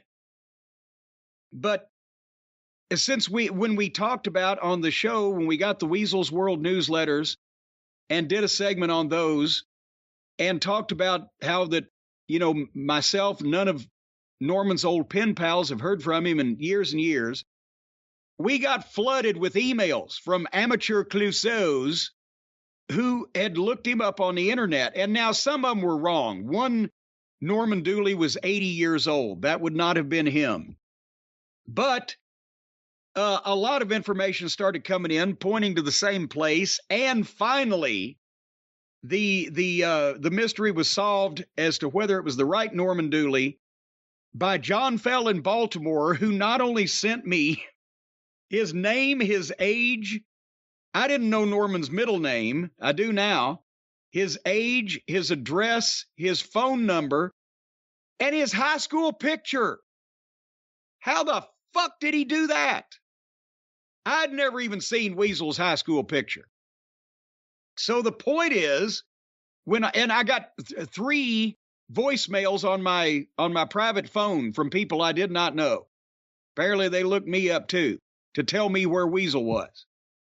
So the point is, the day after getting this information, which was about 48 hours ago, I called and left a voicemail at that number. And it was a generic, like automated robot voice outgoing message with no names or no particulars indicated. So I left the message. And as of this writing, as they say, I have not heard back. Now, we don't know. It could be that Weasel is an international playboy now and a man with vacation homes, and he could be out of town. I don't know the situation. I've left a message, and I will report back if we hear anything. But several people have sniffed around, but I can't find anybody that has actually spoken to the man himself in quite some time. That's the update. Don't get on the bad side of John Fell. He'll track you down. How's your relationship with John, Brian? That's all right. I'm good with him. Well, you better stay that way. I'll track him down first. I'll track him down first. I'm a lot more dangerous than he is. He gave you his address. Well, it looks like it's going to be an easy job for me. Well, there you go. Why you got me going to kill John Fell? Well, it just depends on what he's done to you. I don't know, but you need to stay on his good side because he'll find you. He needs to stay on my good side. I'll find him first. Well, not if he finds you last. See what I did there? This is your show. Uh-huh.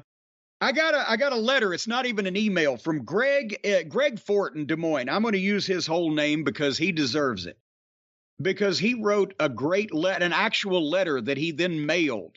So he's an educated man. He loves the Ghost of Mr. Chicken. He loves things Mama Cornette used to say. He grew up in world-class wrestling territory down in McKinney, Texas. By the way, Greg, Whataburger, you asked my opinion on Whataburger. Whataburger is what a burger should be. I love Whataburgers. I love the fries. I love the fact they're open 24 hours and the service is fast. So Whataburger, I don't like jalapenos, but otherwise Whataburger is my place. And Brian, he mentions that his wife is north of St. Louis from there, and Emo's Pizza, definitely one of his favorites, their favorites. As far as your pizza taste or lack thereof, he said, he's not really sold on it, but he was thanking me and Stacy and you by extension and the Cult of Cornette members for our work recently raising money for NAMI, the National Alliance on Mental Illness. That's a cause that he has been involved with. He worked for over 3 decades in higher education, but is now pursuing a second career in the nonprofit sector. And one of the foundations that he works with NAMI regularly. And what he did was, since we'd already done that fundraiser, Greg enclosed a check for $250 for the WHAS Crusade for Children. And saying his wife and he don't have children, but do support several youth organizations and wanted to give his support. And we appreciate, hold on here one second, Greg, for that. And one more thing, Brian. Greg went to graduate school at Mississippi State and lived in Starkville, Mississippi. So from now on, whenever you get a letter that's marked Greg from Starkville, ask that question on the drive-thru. Well, we'll see how that works out. But on that topic, you bring up Starkville, and people in the past have accused me of being Charlie from Starkville. There are actually people who think that Weasel Dooley is an alias of Jim Cornette. Have you seen any of this? No. What? There are people who think that it's your alter ego. So then I hired somebody to stand next to me and go to those matches and go to the 1980 WFIA convention and do the other things that it was a hired stand-in. Hey, listen, I saw those photos that Howard Baum posted, Howard Baum Hardway Art, and Weasel Dooley. It was either a single white female kind of copy of your look, or he could have been your stunt double. What? Was he the same height as you? How tall was he? Weasel was about my height, but he was blonde-headed and very thin. He looked brown-headed and thinnish. It was light. I mean, it wasn't platinum blonde. It wasn't like goddamn, Ray Stevens or whatever, but it was light hair. He was very thin. Didn't resemble me facially. I'll have you know. I'm not knocking him. Glasses. Well, a lot of people wear glasses. The classic Jim Cornette photographer outfit. You mentioned that. I saw a picture of Weasley dressed just like you did back then. I said it was 1979. Everybody dressed like that. For heaven's sake. Trying to accuse me of having a secret identity. Are you deflecting from me talking about your secret identity? I was about to say. I'll have you know that my secret identity is not Weasel Dooley. Who is it? I'm not going to tell you. That's why it's a secret. For heaven's sake, who just comes out and tells their secret identity? Let's be honest, though. That would be the greatest story ever. Maybe better than Vince retiring. It turns out the creator of the Star System, Weasel Dooley, was a concoction of Jim Cornette. All these years later, Weasel World was really written by Jim Cornette. But wait a minute. In that case, it wouldn't be catfishing. It would be catweaseling. Ah, cat weasel. Cat weasel for all you folks across the pond. Look that one up from about 50 years ago. Every 70-year-old Englishman is now bent over slapping his knee at that funny remark. He would have been such a star in AEW. I'll agree with that. He certainly would have. Speaking of which, we're going to talk about AEW later on in the program, and also the main event today will be the review of the Ring of Honor pay-per-view, Death Before Dishonor, where we actually get to see a great tag team match. Can't see them on TV these days, folks, but you can see them on pay-per-view, and that's going to be the Briscoes and FTR 2, the rematch. But should we talk a little more about what else was on SmackDown, just real briefly, since I was there? No, I don't think so. I don't think we should. No. Well, hold on. Okay, Pat McAfee's good. You like Pat McAfee on commentary? No, when he fights. Oh, he was fighting? He fought. Baron von Corbin attacked him, and Pat made a big comeback, and they went to the back and had a big fight, and agents separated them. It wasn't too much. It wasn't too long. It was good stuff. But I like McAfee. Yeah, I'm looking through these notes. I saw the opening segment because it came out of the Stephanie announcement. The Street Profits and the Usos and Theory, again, being made to look like a punk on every show, it seems like. Yeah, the last 30 minutes of the show was the Usos and Theory against the Private Profits and Moss, and the whole deal was Heyman had advised the Usos to win the match with Theory as a partner and then turn on him and leave him laying. But, of course, Theory was too smart for that, and he tried to walk out on the Usos, but the Usos ended up super kicking him. And then, basically, Theory got disqualified for hitting Moss with the briefcase and then hit him about 10 more times with it and was about to leave when Cowboy Brock came out and the tag teams disappeared and Moss disappeared and Brock beat up Theory. So that's what happened to The Rock every week when they were pushing him at the start. He would get disqualified, beat up a guy with a briefcase, and then somebody'd come out and leave him laying. That's how they got Rock over. So, yeah, you're right. Let's not talk about SmackDown. You know, I said it to you the other day. I think it was a week ago for SmackDown. I said, man, they really, for some reason, are making Theory look like shit. And you're like, what do you mean? And I said, well, they, treat him like a jerk-off, and then they kick his ass, and that's how it ends. And then they did it on that show, they did it on Raw, and they did it again here. You shouldn't have said anything.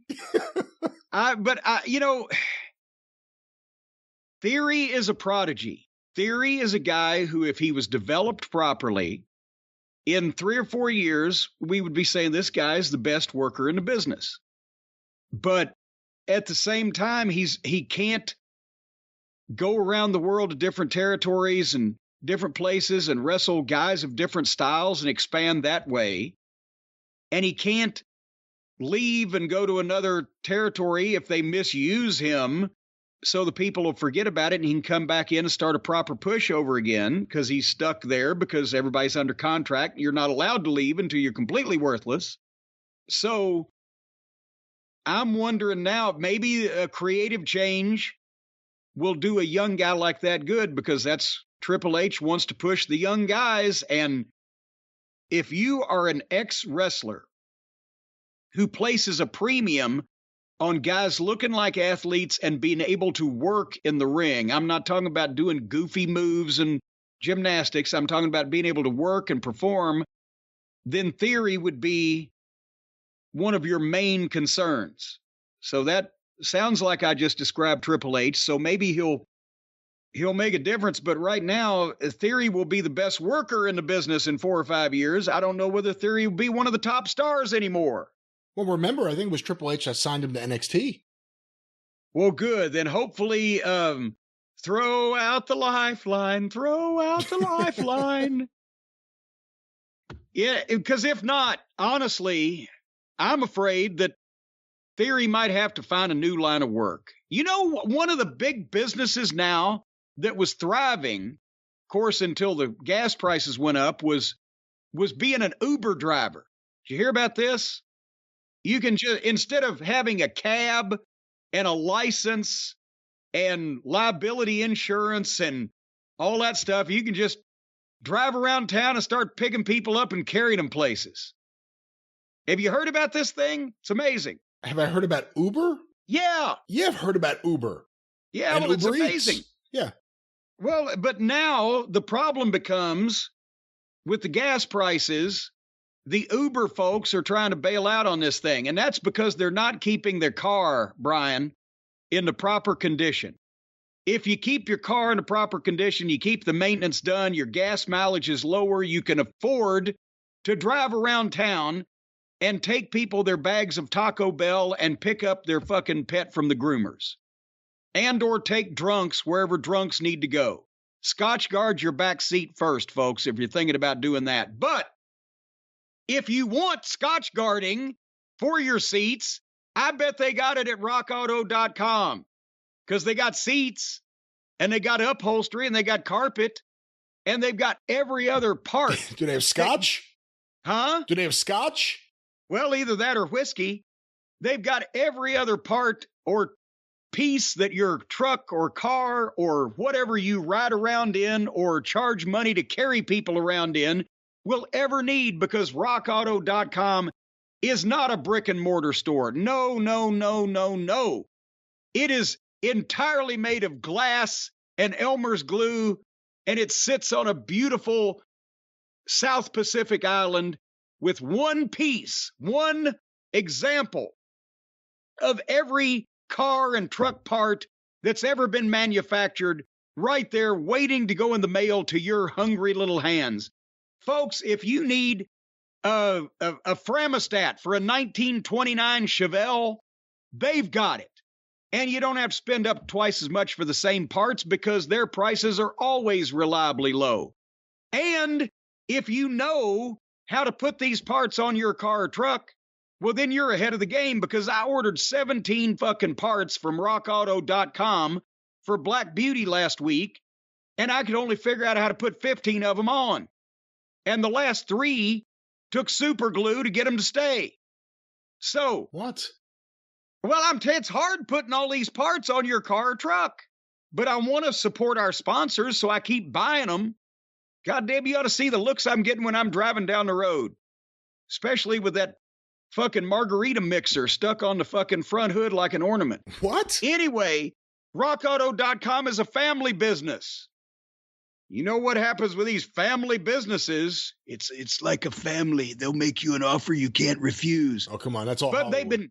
They've been serving auto parts customers online for 20 years. What have they been serving them? Well, it depends. What is your drink of choice? What would you like to eat? You show up at rockauto.com's location, they'll buy you lunch. But more importantly, their catalog is unique and easy to navigate, so you can pick the parts available and choose the brand specifications and prices you prefer. Who else lets you pick the prices you prefer? I prefer free, but they didn't see eye to eye with me on that. Go to rockauto.com right now and see all the parts available for your car or truck, and be sure to write JCE in the How Did You Hear About Us box. We don't know what that does, but it means a lot to them. All the parts your car will ever need. Amazing selection, reliably low prices. rockauto.com. Well, before we rock on to AEW from the WWE, they do have a pay-per-view this coming weekend. I've heard tell about it. There's been rumors. And do we know what the card is? Have we paid close enough attention to this fucking boring blase telecast that we even know what's happening besides supposedly Brock Lesnar and Roman Reigns? Off the top of my head, I would have thought no, but looking at the lineup, it all makes sense. Yeah. It all makes sense now. It all makes sense now, but I had no idea what the lineup was before. What is the lineup? Let's pick our favorites for SummerSlam next weekend. Okay, one of the matches on the big card for SummerSlam in Nashville is Logan Paul versus The Miz. Hoo boy. Well, we saw a segment with them also the other day. And was that the one where they ran out of time? Or they didn't run out of time, but they ended early, that Miz TV thing. I think it was on Raw. And they had to jump in and do a quick impromptu interview because they only had 10 minutes and still couldn't fill it up. Logan Paul, people know who he is. We've asked whether that audience will translate to wrestling, or is it just the people that are already watching wrestling? Some of them know who he is. He looked pretty good at, WrestleMania for he's athletic and he took it fairly seriously, but still The Miz. And, unfortunately, I guess that's one of the things we have to look forward to is just see what's going to happen in another celebrity match. But there you have it. Jim, in another match for the WWE Raw Women's Championship, the champion Bianca Belair defends against Becky Lynch. This will probably actually be pretty good. I have a new appreciation for Bianca Belair, especially since I've seen more of the AEW girls roster. And Becky Lynch is a star and a personality, and people will probably be interested in this. So is this the girls match on the card? The girls match, the single Uno girls match? I'll very much enjoy that.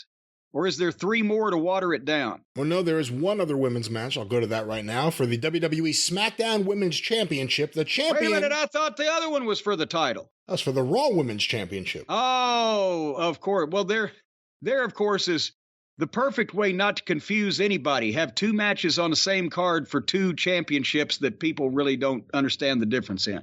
Well, the SmackDown Women's Champion, Liv Morgan, defends her belt against Ronda Rousey. Good Lord, that was another thing on SmackDown. Liv Morgan and Ronda Rousey, Friday night, had a backstage, face-to-face venting session where they told each other what they were thinking about this match, and it was the most fake, phony, scripted, emotionless, monotonistic delivery of shit that I've ever seen. So, besides the fact that does anybody in their right mind think that little Liv Morgan could really compete with Ronda fucking Rousey? But even if they do, if they saw that interview, they know that both these girls would rather be anywhere else than apparently what they're doing because there was a complete dearth of emotion in anything they said. So, and also we just watched Liv Morgan try to work with Natalya, and it was the shits. So Ronda Rousey's had now, 39 matches? So how's that going to go? In a match that may be the best match on the show on paper, Seth freaking Rollins, or Seth Scatman Rollins, Scattabidbebop, against Riddle. Has it come to this that is going to be the best match on the card? I think is that where we're at this point? I think it has the potential to be, yeah. And will the presentation of Riddle change now that Vince McMahon's not there? Will various animals off of Noah's Ark continue to fly out of Riddle's ass? All these questions. Yeah, I guess it'll be athletic. If you like Riddle, then boy howdy, I guess this is for you. Also on the card, in a tag team match for the undisputed WWE Tag Team Championship, with Jeff Jarrett as the special referee, the Usos, the tag team champions, defend against the Street Profits. Oh boy, after the 6-man on SmackDown last week and the tag match the week, or the single match the week before, and it's like these guys have wrestled each other already more times than Bobo Brazil and the Sheik, and we haven't cared about the first one. Again, the Usos aren't horrible. They're not a great tag team. They work as Roman Reigns' flunky / backups, but not as tag team champions at the same time whenever Roman Reigns' single opponent beats the fuck out of both of them to hype the title match. The Private Profits or Street Party or whatever the case, they're both very athletic and they're both very green. Jeff Jarrett is the referee because it's his hometown and everybody in Nashville knows who Jeff Jarrett is. But otherwise, they did nothing they did something to establish that there should be a special referee in terms of they knocked the referee out the one time and blah, blah, blah, and they've lost control with the regular referees. But it seems like since Jeff works for the company, they didn't have to fly him in from Japan for one shot or from Australia or wherever. Couldn't they have done an angle on television to make it make sense that he is the special referee? He did a promo on SmackDown about being the referee, and it wasn't a bad promo, but it was the same. He was just doing a promo about being the referee. No reason why it's him. So, I think they're just doing that because he'll help promote the show, and they still have seats in the stadium that they need to fill up. Yeah, I don't know how many people he's drawing to the show in Nashville, but also on the card. I mean, he's involved. Obviously, he's the vice president of live events, right? He's involved in I'm talking the actual promotion. I'm not just saying, stick Jeff Jarrett's name on the card. You're going to sell 5,000 extra tickets because he's a referee. I'm saying he's involved in the actual promotion, and that is Jeff's strong point. So that's why he's involved in the show. But it would have been nice to see something happen on television that would make it important that that specific person is a special referee, not just there's a special referee. For the United States Championship, the champion Bobby Lashley defends against Theory. Well, again, hopefully, I like Bobby Lashley, and he's very close to the level of Brock and Roman. At least he was at one point with MVP in his corner, and when he was a heel and had a winning streak going on and had a entourage of guys in suits with him. Then they made him a smiling babyface. The people still like him. He's still a beast, but he needs to do this job. And I don't know why that they put the thing on him to begin with when Theory had it. They're supposed to be pushing this kid. So I don't necessarily want to see Bobby Lashley lose a major high-profile match on a big pay-per-view, but he has to in this case because they don't need to beat Theory anymore. And this whole thing about he's going to win his title back and then, go cash the briefcase in on whichever Brock or Roman is incapacitated and has the title at the end after their big war. And I'm afraid what's going to happen is they'll say, oh, well, that's enough that he gets to do something in the main event, and we'll go ahead and just beat him in the title match and give him a little out or whatever. But few more matches, Jim. Pat McAfee goes up against Happy Corbin. This might not be bad because old fucking McAfee even made me interested for 90 seconds in Baron von Corbin the other night. Because Corbin and he are apparently longtime friends, so they'll be a little stiff with each other. And McAfee has got not only physical oomph, but also the ability to talk and sell this shit. And Happy is not being happy as much as he's starting to be a heel now the last week or two. So this might not be bad. I'm looking forward to seeing what McAfee pulls out because he was outstanding when we saw him in the ring before. He takes this seriously. We talked about he actually on purpose put a ring in a barn in his place up in Indianapolis and had Rip Rogers come up and give him personal training. So he was serious about the wrestling business. So I'll look forward to that.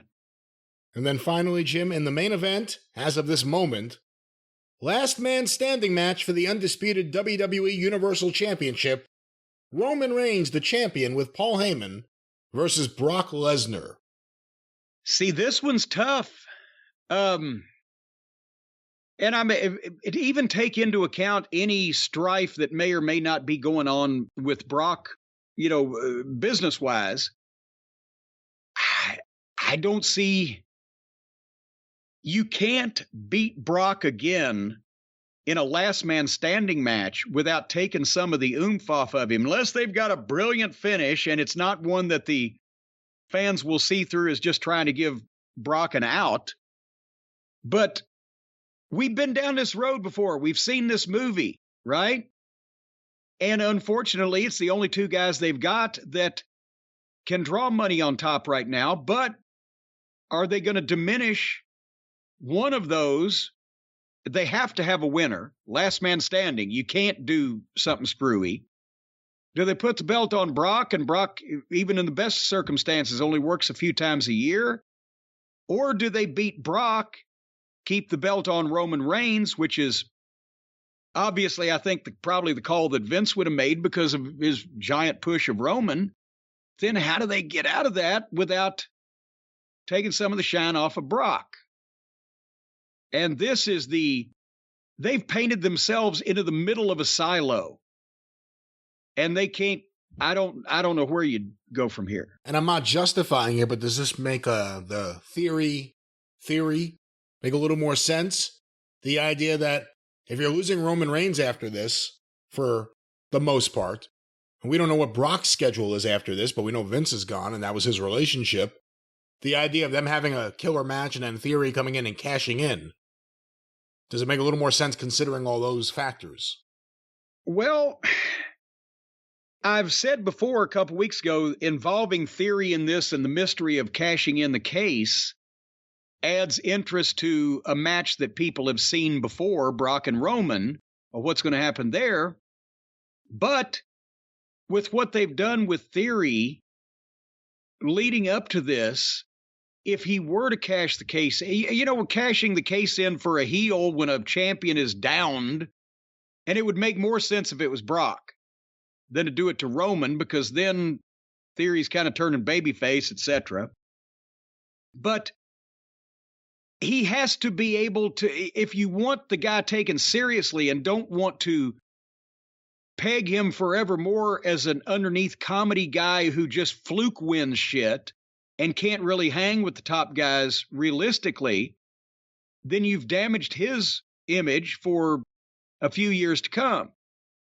So if he beats Lashley on a heel fuck and is the U.S. champion coming in, and then cashes in and wins the thing, then you've kind of elevated somebody.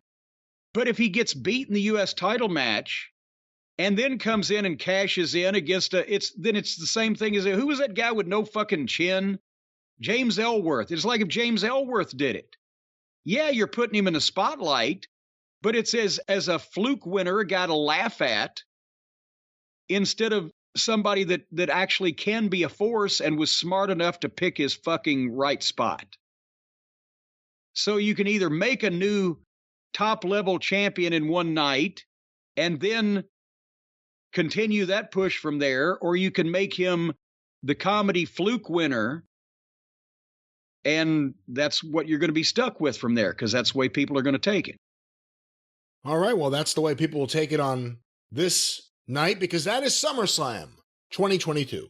Yeah, it will be. All right, let's talk about AEW from July 20th. Get that out of the way, and then we can get to they put their best talent and their best matches on the pay-per-views for the secondary company they own that doesn't really exist. So we're going to do that last. We'll get through the national cable television show with almost, not quite, 1 million viewers that they shit the bed on here very briefly. And I didn't take a lot of notes on some of these matches, but we'll try to get through this thing. Darby Allin versus Brody King was the opening contest. And little did we know this would be the best thing that they did all night, because everything else went down the hill from here. Did you see the Meltzer Fears Mama Cornette sign in neon green at the start of the match? Thank you to whoever you are. She would have loved that.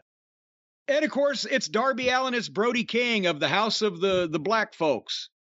So they ring the bell, they immediately go to the floor and have a fight. Then they get back in the ring and Darby gets wiped out. And from there on, Brody King just beats the piss out of him. Lays the chops in, lays the blows, and ragdolled him like a sack of shit. Treated him like a dog toy out on the floor, throwing him into the rails and etc. And this was actually, it's entertaining to watch a big beast like that throw some little guy around.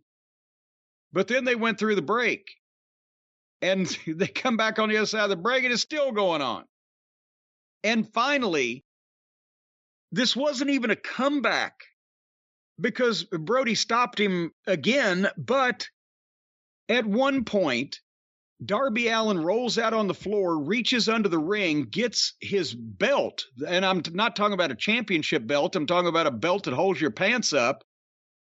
And when Brody King comes over to get him, he throws that belt around Brody King's legs and trips him and pulls him out on the floor and hog ties him, all in front of the referee. There was no disqualification called. How can I understand if you come up with a cute spot, right? That you think, oh, this would be cute. People would pop on this. But if you're writing a song and you come up with a great lyric, but it doesn't fit the song, you save it and do it later, right? If you're writing a book and you realize in the middle of this book, boy, I got another story here. I'll do that later when it fits. But no, and then at that point, Brody King shuts him down, gives him more abuse. Then Brody misses a flip into the turnbuckle, and immediately Darby Allin's 100% again. And this is the way it went on for a couple minutes. Every time that Brody King would miss something, even though Darby Allin had been beaten like a drum for the previous 5 minutes, he would suddenly jump up and start running fine, showing no effects, and then get shut down again and sell. And then it was a great spot you can only do with a 140-pound guy, but Brody King grabbed Darby Allin in a sleeper on the apron of the ring and hung him off the apron with his feet fucking hanging. And then finally, and this is, I was going to ask you, have we missed something? Is Darby Allin, does he have heat with somebody? Is somebody mad at him? Has he been accused of something? Because he's one of the guys, along with MJF and Wardlow, that had never been on television before, and to a lesser extent than them because they've been featured in key shit, the people like Darby because he's, I mean, you can tell, we know he's really a complete idiot. He does this shit to himself on purpose, doesn't give a fuck whether he hurts himself or not, jumps off bridges, blah, blah, blah. But he's got charisma, and people like him because he's a little underdog. So after this manhandling, Brody King picks him up over his shoulder and drops him right on his head nearly with a spike power bomb, 1, 2, 3. It looked great.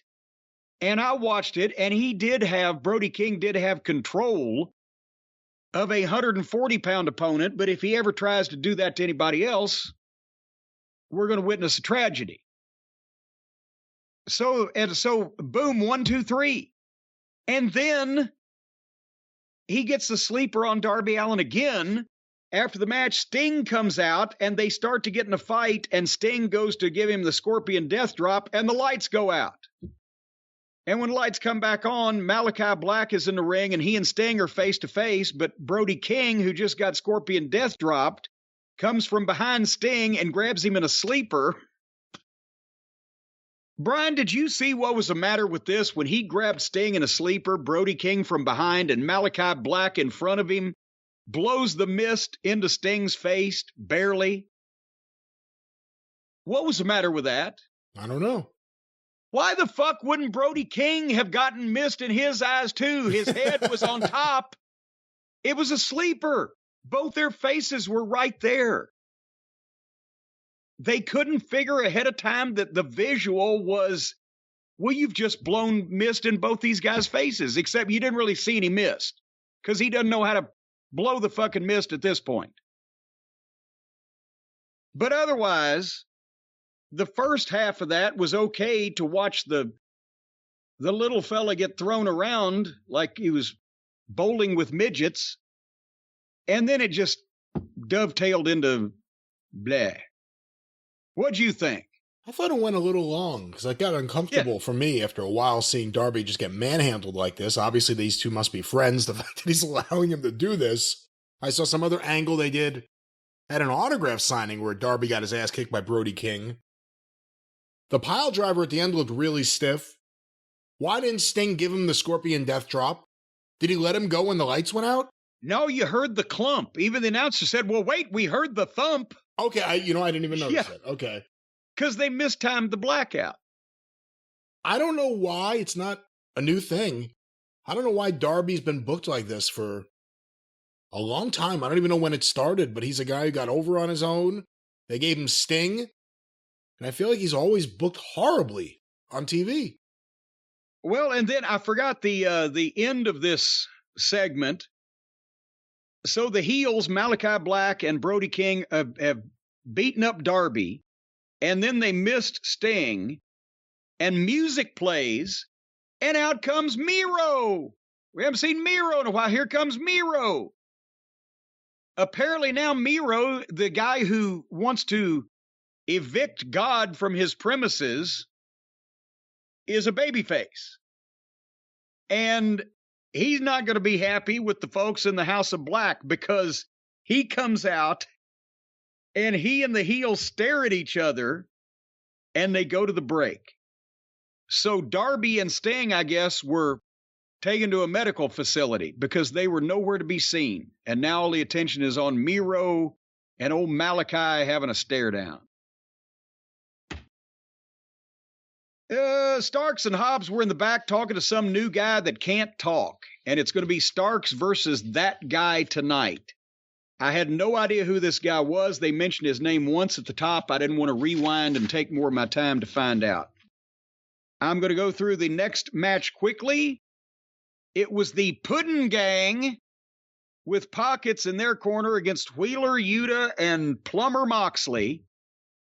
And so now is everybody in AEW a babyface? Because now here's more babyfaces fighting each other. And it was not lost on everybody last week. The Wardlow and Pockets match, even the people who normally defend Tony and his bizarre booking methods were like, what the fuck is this? And now so we want to see the babyface Blackpool Combat Club beat up other babyfaces, including the mascot who's allegedly popular. The only good thing about this, and by the way, this thing it must have been 20 minutes. It was 15 easily. The worst team in the entire promotion gets 15 or 20 minutes against the Blackpool Combat Club. And the only redeeming factor was, did you notice they're now making Muffin Top Taylor wear a singlet to cover up the muffin top? Because he had branched out into an entire bakery. No, the only good thing about the match was the fans got silent in the middle of it. And that kind of sends the message. No one wanted to see this, and no one wants to see the best friends. Even the people that like the irony of Orange Cassidy, whatever you want to call it, they'd be fine with the best friends not being there. They add nothing to AEW. Well, next up, it's Shark Week, Brian. Is the Shark Week or the Shark Show or what kind of... That's not for TBS. Isn't that for another? Is that Discovery or something? Same family. Okay, but the point is, so they go to the announce desk, and there is, who was there at that point? It was Sockface and Taz. And the shark mascot, the Shark Week mascot, a guy in a shark outfit. And with the guy in the shark outfit and Taz and Sockface there, the guy in the shark outfit was only the second stupidest looking person at the desk. But they had to get Shark Week mentioned, and then they had a swerve in our glory celebration. Because, of course, as we all know, the Hardley boys, the Cucamonga kids, instead of doing the right thing for business and having a pay-per-view match with FTR and dropping the rubber match and the final remaining set of belts to them for the good of the company, because FTR is not only now the best in-ring tag team in wrestling, but also the most over one in AEW. Instead, they decided to swerve everybody, no pun intended, and put the belts on Swerve, Strickland, and Keith Lee to avoid doing a job to a team that everybody considers better than they are. And this celebration also included a cake at ringside. Now, here we go. I'm going to tell you what's wrong with the cake business in a second. So Tony Schiavone's conducting the interview with Swerve and Keith, and they pointed out a guy named Kevin Gates at ringside. I said, will they identify him? And they did. He's a recording artist. Have you ever heard of him? I've heard of him, yes. Is he any good? You would not probably like that. I was wondering what he was doing there, if he was anybody important. So Swerve did a pretty good promo. He's well-spoken, but then ended kind of abruptly, just out of nowhere. And then Keith Lee took over, and I want to hear an album of Keith Lee's greatest mellow rock hits, because he's got the most melodic cadence and the most sing-song. He and Twinkle Toes could get together and just duet the shit out of, I don't know, Doris Day's greatest hits. Que sera, sera, whoever we swerve, we swerve. So Keith Lee sang his promo, thanked the fans, and ended on a statement that did he just have a small stroke, or did he say a bunch of words I'm not familiar with quickly all at the same time? What the fuck did he say at the end of that? I don't recall what he said, so I don't remember. Do you remember hearing something that you didn't fucking understand? I actually don't remember that, no. All right. So anyway, then we knew it was going to happen. Here comes Mark Sterling and Tony Nese. So Mark Sterling is the fake comedy lawyer that has no heat whatsoever and is just put out there to be made a buffoon. And Tony Nese is the hottest free agent in wrestling that never wrestles on this program. Ever. And they come out and they basically are there as flunkies. So first of all, he insults the singer, and the singer knocks Tony Nese out with one punch. So the hot free agent wrestler just got knocked out by a fucking recording artist. And since Mark Sterling is the goddamn manager, and there's a cake out there, then Mark wrestling logic from people who just watch YouTube and don't understand requires that cake go in his face, and Swerve hits Sterling in the face with the cake. When you cake somebody that nobody cares about to begin with, then it's just a goddamn Nickelodeon fucking outtake. You fucking idiots. If you fucking put MJF's face in a cake, they would probably remember that years later, and it would be on his highlight reel. Because the people would fucking love it, because they hate MJF's pomposity and want to see somebody get taken down a peg or two that they really dislike. Mark Sterling just got a dry cleaning bill. That's all that you got out of that. Booking is not just rehashing shit from the past that you've seen on tape. It's doing it with the right people and in a situation that looks like it emerges organically, or elsewise you're doing a silent movie spoof. And here's another thing. People are going to say, Cornette, you got hit with cake after cake. You're absolutely right. And I not only fit the parameters that I just discussed, I was the fucking guy in a territory that had the most heat that they wanted to see humiliated the most and that did it, and that led to ticket sales, and that led to fucking business, and that led to us making money. But also, I didn't get hit but with one cake on national television.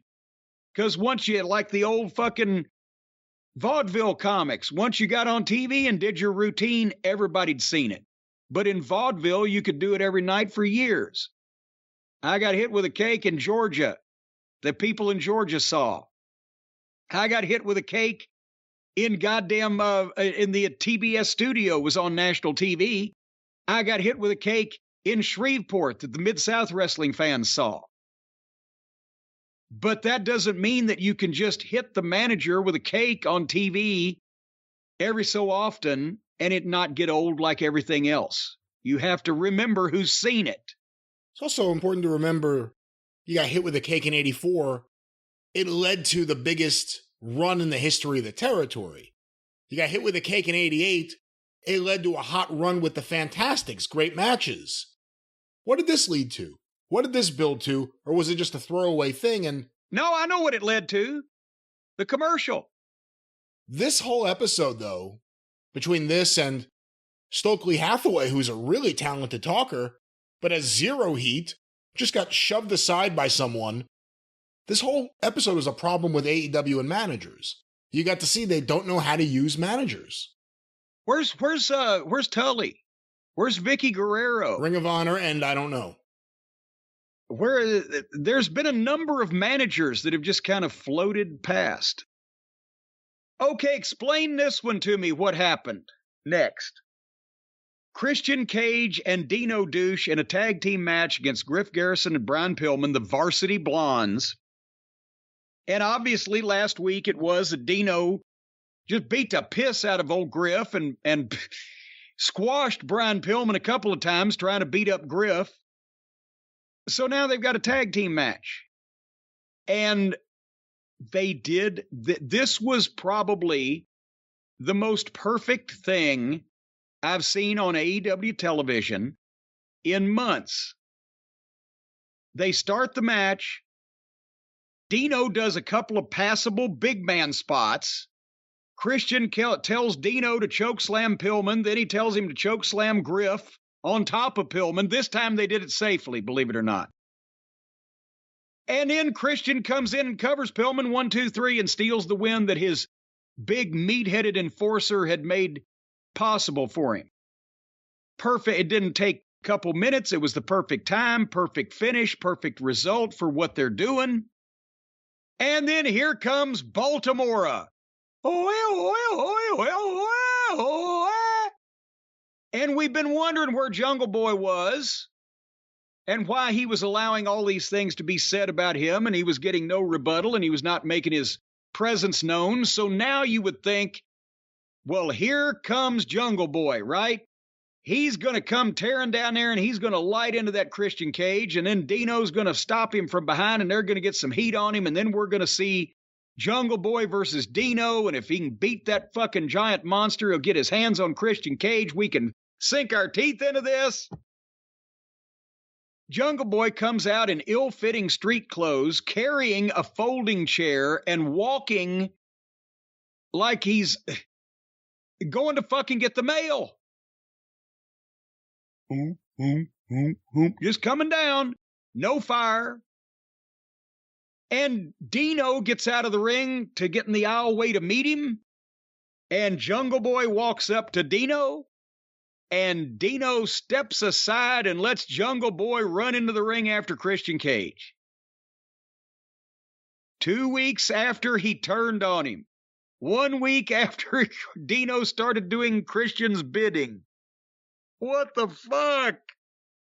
And Jungle Boy rolls into the fucking ring to chase Christian Cage down and get even with him. And when Christian bails out, Jungle Boy drops the chair that he brought, so that worked, and just chases him up the stairs out of the arena through the breezeway, while Dino stands there and watches the whole thing. And off they went.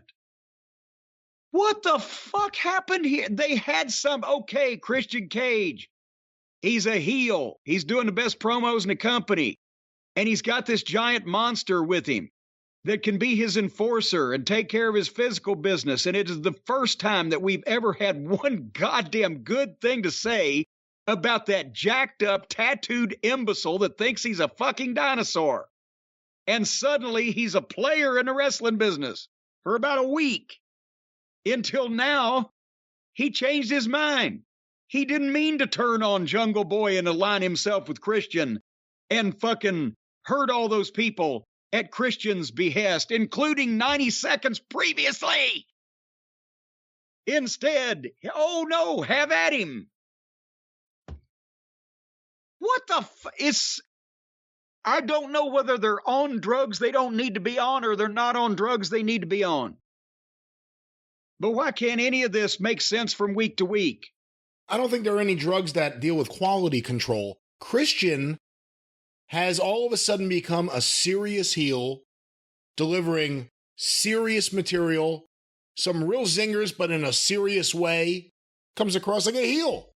And now we've seen him run away. This whole plan has been foiled. He looks like just another jerk-off. I didn't like the way this was done, and I was finally intrigued by Luchasaurus, and they turned him right back. And thank God Jungle Boy had them cue his music to come out. I don't know what would have happened if the music hadn't played. Well, let's not jump too far ahead, as Stephanie said, because the music cue gets more ridiculous.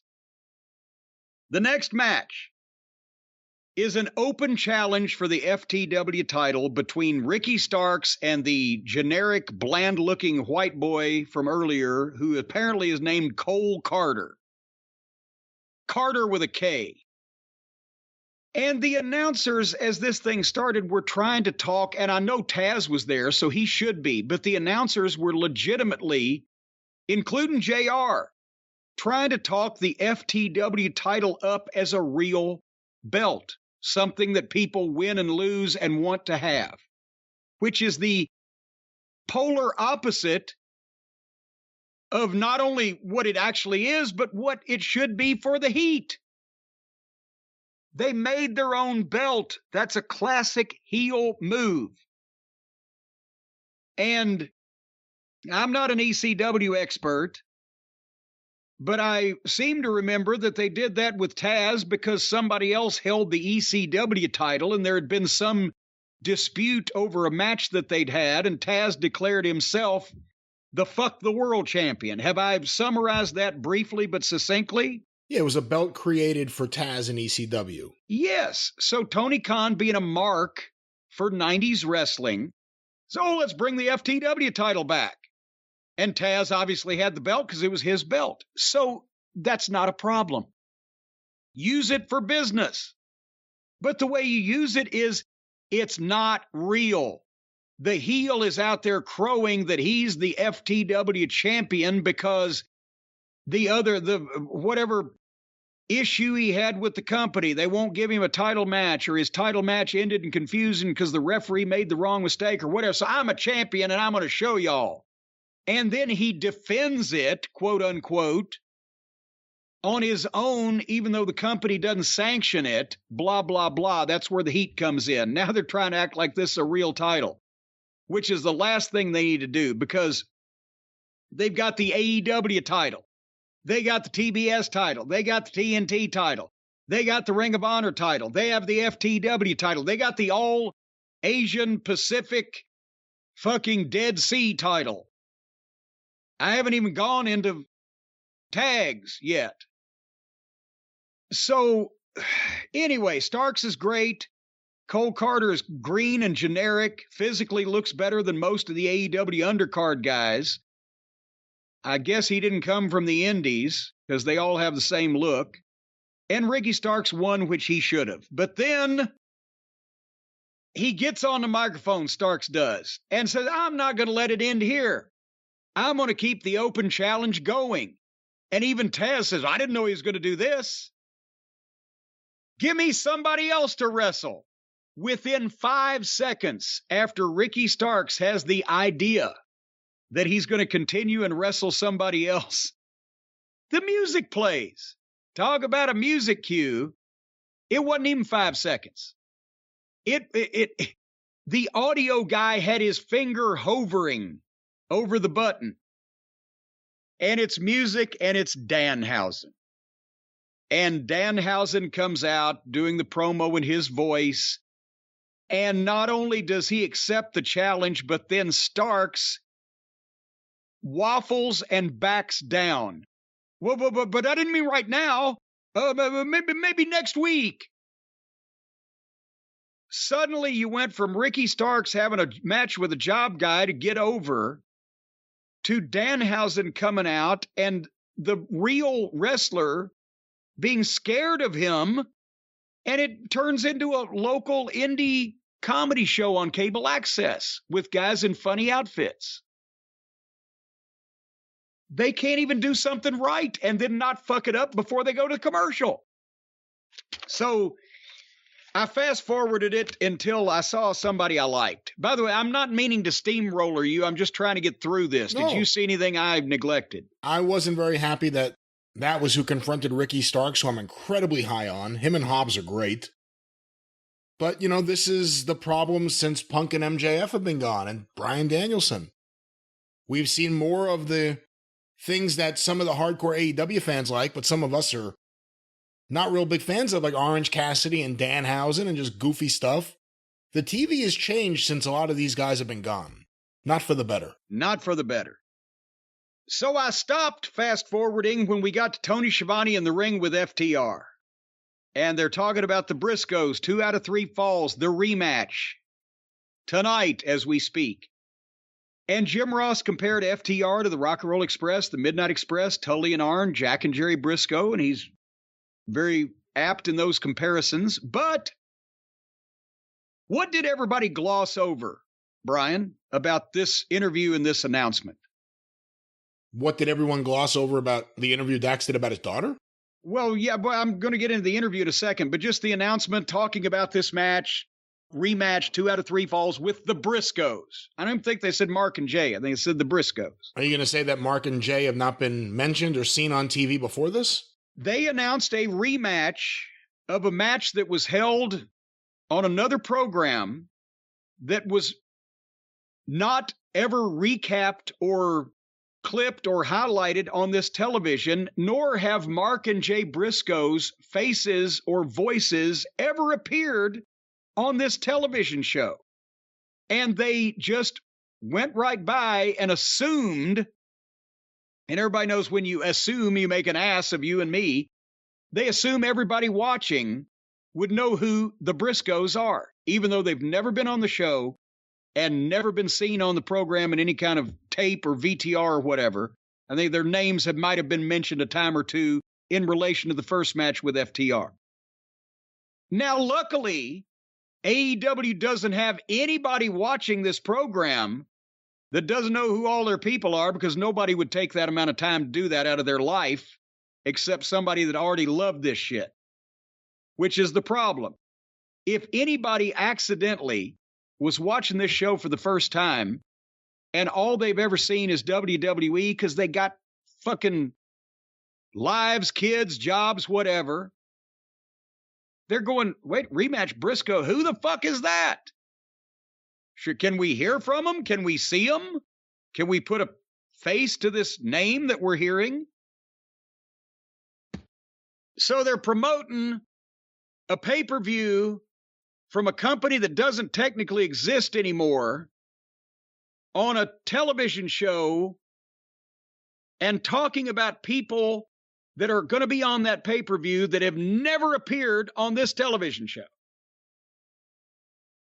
And we still want to see the match. Yeah, we still want to see the match, and it'll still get 100,000 buys, which is remarkable. And in this case, we know why Tony can't feature the Briscoes. There's nothing he can do.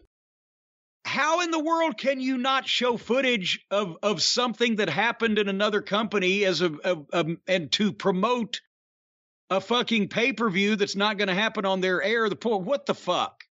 At some point, you've got to say, hey, these goddamn guys apologized. You were pissed at them. Well, they've apologized multiple times.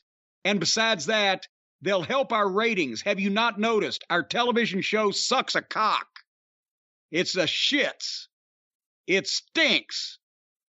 And we need talent.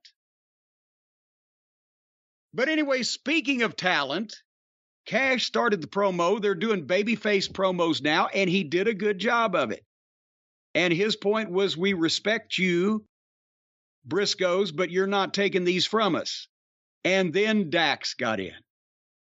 And I didn't know this story was real and that it happened to him, but he talked about an 8-year-old girl with a hole in her heart. And I'm not even going to try to do this justice. Go back and watch this promo. This was not only the best FTR promo ever, this was the best 3 minutes of promo ever on AEW television. It would have been the best 3 minutes of promo possibly on WWE television in the last 10 years, maybe longer. It was real, and I got goosebumps, and the people listened to it, and they reacted in the right place. It was his 8-year-old daughter with a hole in her heart. And she's well now, and that got a big round of applause. But she fought, and she persevered, and she overcame that. And the whole point of the promo, the go-home line was, Saturday night, Briscoes, I'm going to fight like an 8-year-old girl. I'm getting goosebumps now. That was brilliant. Not only amazing that he could say it that well, and especially since obviously his daughter, he has to be emotional, and he was somewhat, it helped, but also the way to articulate that and bring it into applying it to wrestling was genius. That's the only thing if somebody said, would you ever watch any of this television program again, even if people offered you money, I'd say no. But I will watch this promo over and over again for free and maybe even pay you. And if we had more shit like this in the business, it'd be better off. And I'd say how much. This was fantastic. I want to know, and if you haven't, I hope you get a chance to before we watch the pay-per-view tonight. Did you see the sit-down that was on YouTube and on Twitter? Or not Twitter. Yeah, it was on Twitter. FTR, the Briscoes, Caprice Coleman, and a bottle of tequila? I did not see that. You need to see that. I saw it in between last week's Dynamite and this week's Dynamite. And my first thought was, this is better than anything they had on Dynamite. Again, I understand Tony's hands are tied with the Briscoes, but you need to see this. This was great. Well, and I will look that up before tonight. But I could have ended the show right there and been happy. And no, I wish they could have too. But here comes Jane Cargill, Malcolm Bivens, and a baddie. I think it was Kiera Hogan. Yeah, she's all right. She's very small. And they had some guy with them. And apparently Layla Gray is injured. I mean, we need to do an updated injury list on these people. But because half the roster or more is down and out. But they said Layla Gray is injured and Statlander is banned from ringside. And, of course, Jane mentioned that she's always that bitch. Why does she want to call herself a bitch? That used to be a derogatory She doesn't. term. She doesn't want to call herself a bitch. She wants to call herself that bitch. Well, being that bitch is even worse than being a bitch. That bitch is even more bitchy than just your regular bitch. What about if Marlo Thomas, instead of being that girl, could have been that bitch? Sunshine, that bitch. Anyway, it's that bitch. And suddenly she's on the TV for you. I like too when she points it out. She's like, my family's in the audience, and you know I'm that bitch. I'm like, what? Your kid's listening, lady. So this was Jane Cargill and Kiera Hogan against Willow Nightingale and Athena. And apparently the guy with Bivens is Jermaine Dupree. And he's somebody, apparently. Yeah, he's a big deal. Big-time producer. Very successful. Who'd he ever beat up? He's never beat anyone, but he's a pretty big star, and he's from Atlanta, so that's why they had him on the show. Okay. So this started out as a training school girls tag team match where they tried to do a lot of stuff and some dangerous dives. And poor Kiera Hogan, they kept trying to squish her because the bigger girls were just falling on her with all their body weight. And then suddenly, Willow and Kiera disappeared, and it was Jane and Athena. And they got the people, and they started doing some good shit. And it wasn't bad, and the people were really reacting to it. And then the other two showed back up, and then it went back to girls' training school tag team match, and I lost really interest in what the fuck was happening. And Jane hit her finish 1, 2, 3 on Willow Nightingale. Well, there was also some action at ringside with the manager, and that was one of the things I wanted to hear what you thought about. I didn't even pay any attention. What the fuck did he do? Why watch the match if you're not going to see that? Well, because I mean, what the fuck? I wasn't expecting to see anything that I would care to talk about in this, and I didn't. But what did I miss? You know, he's a heel manager. He goes out there and he does promos, and he could talk. Yes, we mentioned that. He's very glib, and he's great. He could talk if he had anything to talk about and a show to talk on. But he talks in a way to get people to pop for him as opposed to getting people to not like him. And he's at ringside managing the heels. I forget who came to ringside, maybe Statlander. Just comes and just kind of like pushes them aside, and he just doesn't fall down or anything, just walks around. And I'm like, what the hell? The other manager gets a cake in the face. He has no heat. No one cares. This manager, another heel manager, the other girl comes out, just shoves him away. He just walks around. No one knows what to do with managers there. Well, that's it. Again, I guess Bivens or Stokely or whatever, he's better for Jane than Sterling was, but who wouldn't be? But they can't. He came from NXT where he had no heat, and they've put him with, you know, they've got to put, if you have a manager who's not with a top guy, figured into the finishes, figured into the fucking promos, etc., then you've just booked yourself an undercard manager that's never going to get over. A manager doesn't get over unless he's managing top talent. Then talent can get over because they're managed by a top manager, a la when they would put new guys in the AWA territory with Bobby Heenan, because he was already over. So then you put a heel with him, and it helps that heel. But Bobby Heenan got over by managing top guys, Blackjack Lanza, Blackjack Mulligan, the Valiant Brothers, Baron von Raschke, Ernie Ladd. Then, you know, he was already over by the time he got to work for Vern and went with Bockwinkel and Stevenson, etc. But no, it doesn't matter how good the guy can talk. When he's with, you know, heels that are underneath, or Jane doesn't know how to get a lick of heat. She's brand new to begin with, but they present her as a star, but not a heel. She's not cheating to win. She's beating everybody. She calls herself a bitch. That's the heeliest thing she does. And normally heels would be calling other people bitches. So the manager's not going to have any heat. You want to get to the main event that really didn't have any heat except with the boys in the locker room and anybody that cares about the wrestling business? What a spectacle this is. And we've pointed out over the last several years about Chris Jericho, the way these feuds have gone, where things that should finish the feud happen in the middle of the feud, gimmick matches that make no sense happen. Jericho always comes out on top for no good reason. And this was kind of like the greatest hits of the worst of Chris Jericho all in one match. It only took 15 minutes, but this was 15 of the most embarrassing minutes that pro wrestling has ever seen. Because, like you said, they got everything in this one. The match is called Barbed Wire Everywhere. And they had barbed wire around the ring, and they had barbed wire tables in the ring, and tables with barbed wire outside on the floor, and the microphone, the public address microphone was wrapped in barbed wire. And Jericho comes out with a barbed wire baseball bat, and they had barbed wire chairs. And what this proved basically was you got Eddie Kingston and Chris Jericho with all those implements, and it takes 10 minutes to hurt anybody. They're both a bunch of pussies. What the fuck?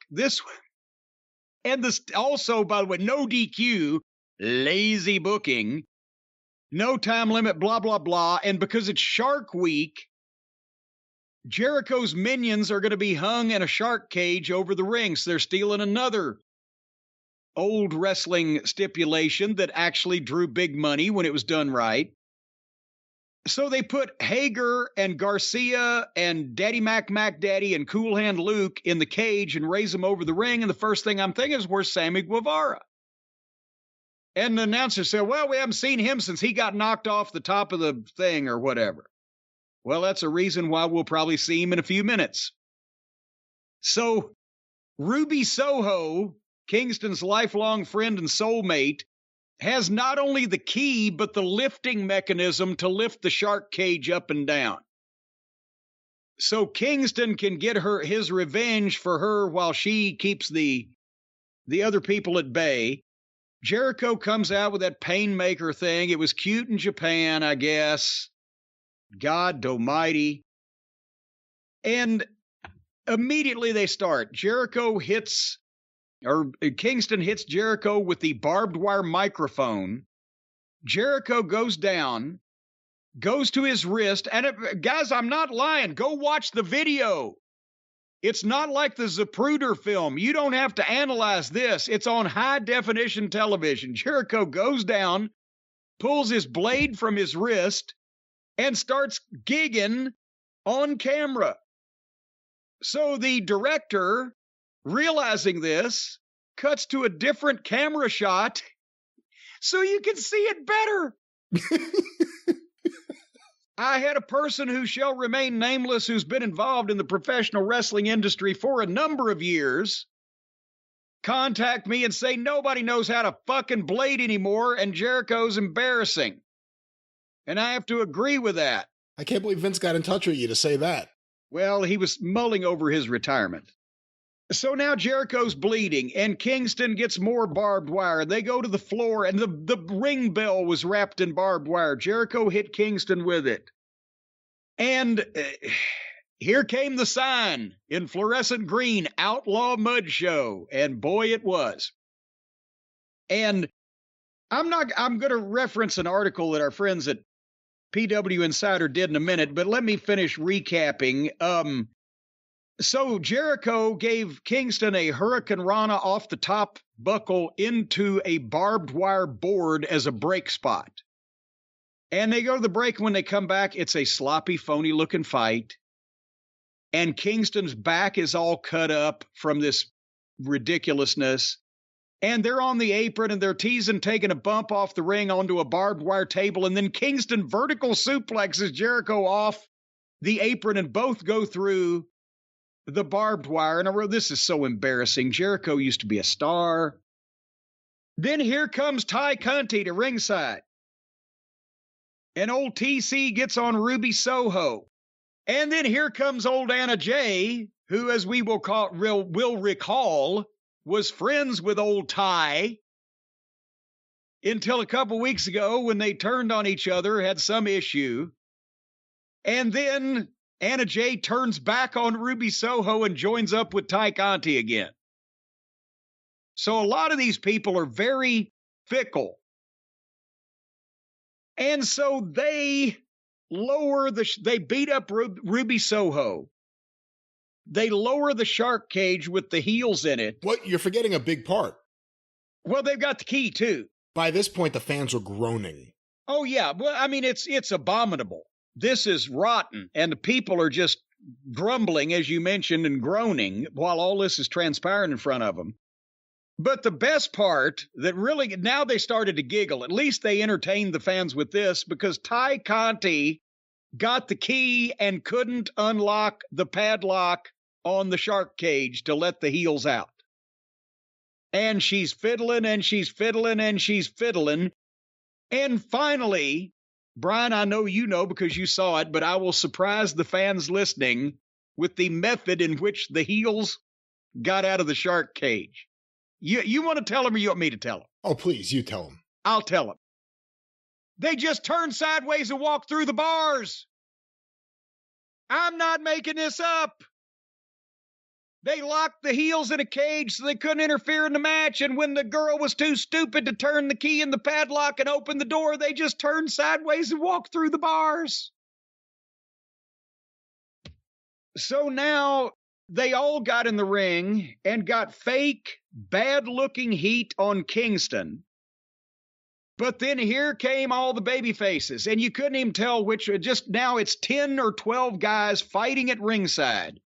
But they got in that big brawl, 10 guys, and then, well, you know what they did, Brian. They fought off.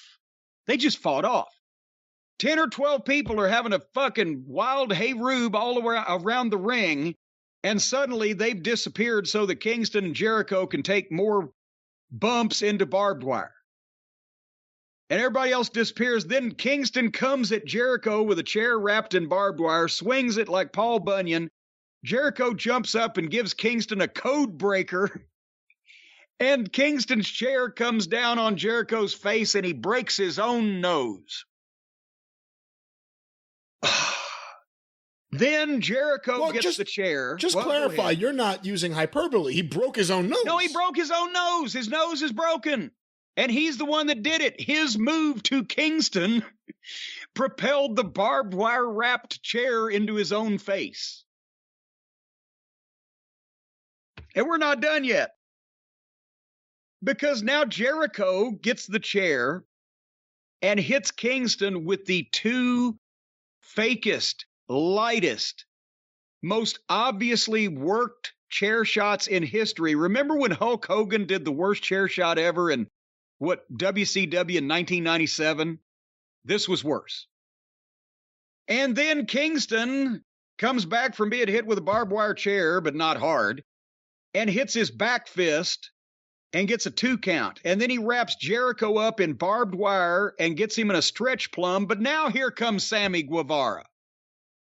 And he just jumps in the ring, gets on Kingston. And they're starting to get heat on Kingston again. And there's poor referee Donald Stevens, completely powerless to do anything about this. By the way, did you hear that Aubrey Edwards changed her name to Donald Stevens? Well, that's the name that people are alleging she uses online to have people have content taken down. She's using a fake name, an alias. Yes, with addresses tied to the AEW offices. And apparently she's all elite, though, because one of the signs also was Don Stevens is all elite. So then Jericho hits a Judas elbow with barbed wire wrapped around his elbow. And again, that's where my DVR froze, because they were so drastically low on time. They weren't trying to run over again. They're just always low on time because they can't manage their time. So I had to watch the clip of the finish on Twitter, and I can't describe to you what they were trying to do, because they were going to do a thing where it was Sammy and Jericho were going to hold Kingston, but Kingston was going to do some kind of duck, and their shit was going to backfire. But by the time they botched it once, and then Eddie kind of halfway turned around and shoved somebody, it ended up looking like that Sammy just hauled off and punched Jericho in the face while he was looking at him for no reason. And then Jericho beat Eddie Kingston, because there's not going to be anybody that's ever actually going to get over in a program with Jericho. But then Kingston responded by throwing Jericho into a netting or webbing of barbed wire where he could lay there and sell in a spastic fashion. And then they went off the air. Was this... I think because of the timing, this wasn't the worst match ever on AEW. Imagine how much territory that takes in. But because of the timing and what they're doing to themselves, the self-inflicted wounds to their own feet, this could have been the worst thing they ever did. It was embarrassing. It was phony looking, obviously outlaw, wrong guy won, all the gimmicks misfired, didn't work, wouldn't open, whatever the case. Guy broke his own nose. What the fuck else could they have done in one segment to fuck anything else up? The run that Chris Jericho's on is especially bad. He's had so many bad moments in AEW, so many of the most embarrassing matches and moments he's been right in the middle of, and they've come from his head. But especially lately, Tony has just been letting him run unleashed. And this unleashed Chris Jericho is unwatchable. This was embarrassing. This was bad. It was sloppy, embarrassing sloppy, not just regular sloppy. Eddie Kingston has not come out of this feud looking... The feud's not even done. They're not even done with the feud. Come out of the feud. They're still in the middle of this. Remember when Kingston could have been the hottest thing in wrestling if they'd have just capitalized on that one article? Speaking of articles, hey, I'm going to close up with this because we've been here for a while and we've still got to get to the Ring of Honor pay-per-view. So I'm going to close up on this sad chapter in American history with this. Dave Shearer at pwinsider.com just a couple of days ago, if anybody wants to check it out, find it, wrote an article about AEW and this barbed wire bullshit. And Dave doesn't like blood at all in wrestling. And he said, now with what we know about bloodborne diseases, we shouldn't do it at all. I disagree with him there because you need blood in wrestling because it's violence and it's combat. And if it's done right and you can't see through it, then blood is absolutely necessary in certain occasions, but only when people know what they're doing and it's a main match with money-drawing talent, then it means something. Elsewise, it's just this indie mark bullshit where they get a kick. Oh, look, like Britt Baker wanted to get juice on TV, so Uncle Dave would give her stars or fucking planets or moons or whatever. But Dave wrote in this article, it's so unnecessary not only to not run fans off who don't want to see this outlaw deathmatch garbage bullshit, but it's the stupidest thing they could be doing right now with this timing. The WWE is in more business trouble than they've been in the past 25 years. They're getting bad publicity. The leader has stepped down. There's probably turmoil, on the inside as to who's going to be running what, but they're more vulnerable now than they have ever been before. And in 2 years or less, these TV rights fees and deals, which has now replaced selling tickets as the biggest revenue stream for a wrestling promotion, WWE is going to be renegotiating all that shit, and it's supposed to take them even further up the financial ladder. But do the networks want to pay that much money out? Or would the networks be looking around for another wrestling promotion that might at least be able to come into the conversation so there's some negotiating on both sides going on? Well, hey, if you don't want to take our offer, then we're going to go over here and talk to this other wrestling promotion that has a bunch of your names, and it's got between a half and a third of your audience, and that's before we bring it onto our network and do our promotion. It would be a tactic to negotiate that the TV networks could use. Tony Khan could be involved in those conversations, except for the fact that they're so outlaw garbage wrestling minded to appeal to the small subsection of marks that enjoy that kind of thing and don't give a shit about a professional product and don't give a shit about credible stars and don't give a shit about talented people. They just want to see chaos, blood, and train wrecks. That not only is a limited number that has not grown in 3 years, Tony. No matter who you add, something's happened to keep them not coming back for more when you add them. But here, that's the thing is, advertisers and television networks do not want television programs where people are blatantly slicing themselves open with razor blades. And the advertisers, especially, do not want customers that want to watch people do that. They don't want those kind of people. So all somebody has to do from the WWE, if any TV network or broadcasting facility was going to use AEW as an example. Well, hey, we could go with these guys. Well, sure, look what they'd show on your television station and show them obvious cutting with razor blades and people rolling around in barbed wire and women bleeding and everybody saying, Moxley, go fuck yourself. And whatever the fuck, everybody's saying shit. It's a clown show. It's amateur. It's unprofessional. And that would sabotage any effort that Tony would make to go anywhere else besides the company that he had the in with through his position with the Jaguars. And that guy has already left TBS. And it's a whole nother hierarchy now with that merger. So why do this? Do you think any AEW fan is going to say, God damn it, that's it. Where's my hat? Give me my hat, Gomer. I'm throwing my hat down. I'm never watching this show again because I didn't get to see a barbed wire match with a fucking 50-something-year-old goddamn midlife crisis wannabe rock star slicing himself open with a fat guy from New York that could get over by talking, but he's too fucking wrapped up in his Japanese strong style bullshit to know what his talents are.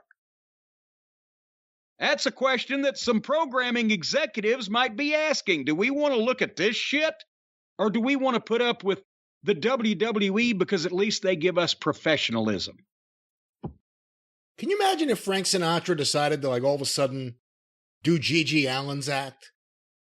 That's what Chris Jericho's doing here. He's trying to be something he's not. Thank you. That's a wonderful simile. What? You would have thought a guy like that could have taught these guys something about how to be more professional and maybe appeal to a broader audience. Instead, because he's got a goddamn crisis going on of whatever, he's dyeing his hair and slicing himself with razor blades, rolling around in barbed wire with his minions locked in a cage that they could get out of if they took a deep breath and held their stomach in. Can you imagine a panic attack you would have had if you were hoisted up in a cage that you could have just slipped right through the middle? Fuck, that was one good thing about the cages I was in. I couldn't get out of them. I wasn't going to fall out of the fucking thing. Is Chris Jericho, seriously, serious question. Is Chris Jericho the most embarrassing wrestler in the business? Currently, the last few years. I'm thinking it's it's pretty much a no contest at this point. Remember what you said about Moxley. I mean, you said about Moxley, you called him the worst wrestler in the world. You have to take everything into the equation. His position on the card, how he's used. Look at Jericho. Who's more embarrassing than Chris Jericho? Well, and that's the thing, because Jericho at one point was a star, was a great talent, was really out there performing at a high level, blah, blah, blah. Moxley, I don't think ever has. So it's even worse for Jericho because he was good. He knows how to do this shit. He was good once. But I don't know what has entered his mind that he thinks that he needs to do this just to appeal to the younger generation, when in actuality, he ought to show the younger generation the appeal of quality professional wrestlers of his generation, and why that the audience was 4 or 5 times bigger when they were all on top. And instead, bleh. He latched on to hold on. He needed something to hold on to. And he found all these young guys. He didn't go there to bring his expertise. He went there to do every dumb thing he's ever wanted to do. Well, I think he's pretty much accomplished that. How much more could be on his list? I think he's checked everything off. He's been pushed off high objects onto crash pads. He's gotten juice on TV several times right out in front of God and everybody. He's, all right. Closing thoughts on this match. And the people he talks into doing this stuff with him. The problem is he talks Tony into going along with this stuff, and then he convinces all of these other guys to go along with it too. And I don't know how many of them truly realize how detrimental it is to them when Chris Jericho latches onto you. Because it's a stink you can't get rid of. It's a BO you can't get out of your car. And MJF's the only one who's successfully gotten away from him and had a fine career since then. And they used Bonami. There you go. With a nice throwback to the Ghost and Mr. Chicken. The horribleness and awfulness of it will never actually be forgotten. And that was AEW. Let's see what they do next week. Maybe it'll be a live fucking beheading. That'll get the networks all fired up to bid for the product. Well, that was that, as I mentioned. And now we go to something that we actually look forward to. Folks, we are going to take a brief pause in this recording. And in a couple hours or a few hours, we're going to watch the Ring of Honor pay-per-view. And we're going to be back with the results of that, including the FTR and Briscoe Brothers rematch. But right before we get to that, Brian, what in the world? What in the wide, wide world of sports is happening over at the Arcadian Vanguard Network this week? Another fine, scandal-free week on the Arcadian Vanguard Podcast Network. Check out information about all the shows on Twitter at Superpodcast or on Facebook, facebook.com/Arcadian Vanguard. A few notes. Breaking Kayfabe with Baldwin and Barry is celebrating 250 episodes. Hear the celebration today at BaldwinPod.com or look for Breaking Kayfabe with Baldwin and Barry wherever you find your favorite podcast. Go through the archive. Hear, yes, all 250 episodes right now for free at BaldwinPod.com or wherever you find your favorite podcast. Also want to make mention, you know, Jim, you and I had a great discussion last week during my plugs about Mid-South Wrestling because Mike Mills and I have gotten to 84. And we're now several weeks in as we are recording. And for everyone who's a fan of the Mid-South Wrestling Television Review, new episodes coming very soon.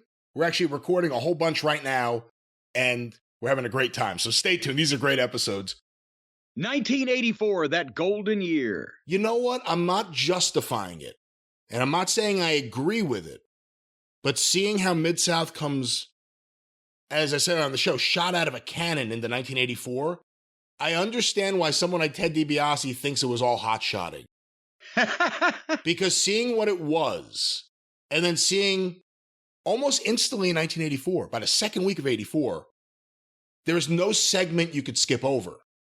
There's always something happening, and there's always central key things happening or said in the commentary. You can't skip anything. And it's not like hot-shotting like crazy angles, although the first taping here, they do some crazy things to get people over. You guys, of course, Tar and Feather, Magnum TA, and you have Nuclear Heat, and we'll talk about in a future episode the week after when it's the first 12 minutes of the show are you at the podium with Watts, and it's the first interaction with you and Watts like that, and it's incredible. But that's also, I think, the week that the Russians get a noose and try to hang Terry Taylor. A forgotten angle. People forget Terry Taylor 3 weeks into Mid-South Wrestling being hanged on TV. Hey, let me tell you a story about that. Because, I mean, the noose with Russians comes from, what was it, Khrushchev. Is some imagery with that. But they tried to hang Terry Taylor on TV. And then as heat afterwards in the matches in the arenas, you know, they would DQ, whatever, wild chaos going on. They're beating Terry down. One night, Crusher Darso, who was the Russian sympathizer, later to become part of Demolition, but he's got Terry over the goddamn rope, or over the ring rope, with the noose around his neck, trying to hang him, right? And the bell's ringing, and Nikolai Volkov is knocking people off the apron that are trying to come and save him, you know, all the baby faces. This fucking guy came over the rail with a knife and cut Terry down. And in the process, cut Darso's bootlaces. I think it was Alexandria, as a matter of fact, Louisiana. When he grabbed that rope with that knife and cut the fucking knife hard enough that when he went through with it, he came right across Darso's shin and cut all the bootlaces on his boot. So, yeah, that we had some heat, all of us. That's incredible. You know, also around this period of time, let me ask you while we're talking about this, the debut of Masao Ito, and they do the thing where a young babyface Rick Rude gets choked and just starts spitting up blood all over the place. Yeah. What do you remember about that? 'Cause that's the end of Rick Rude in Mid-South, pretty much. Well, yeah, because he was part of the trade with Jarrett in Tennessee, and so he was headed up there. And that was where I learned how to do the bleed from the mouth without hurting anyone. It was there. That was the first time you saw it? That was the first time I saw it in person. And then we used that later on with Ricky Morton. I'm going to be a prick and not even reveal the secrets now. I probably have somewhere else. I think you have a few times. For the sake of bogging this down, we won't. Well, of course, you'll hear more in the coming weeks. Go through the archive today, hear 82 and 83 at midsouthpod.com, or look for the Mid-South Wrestling Television Review with me and Mike Mills, wherever you find your favorite podcasts. And, of course, the 605 Superpodcast, The Mothership!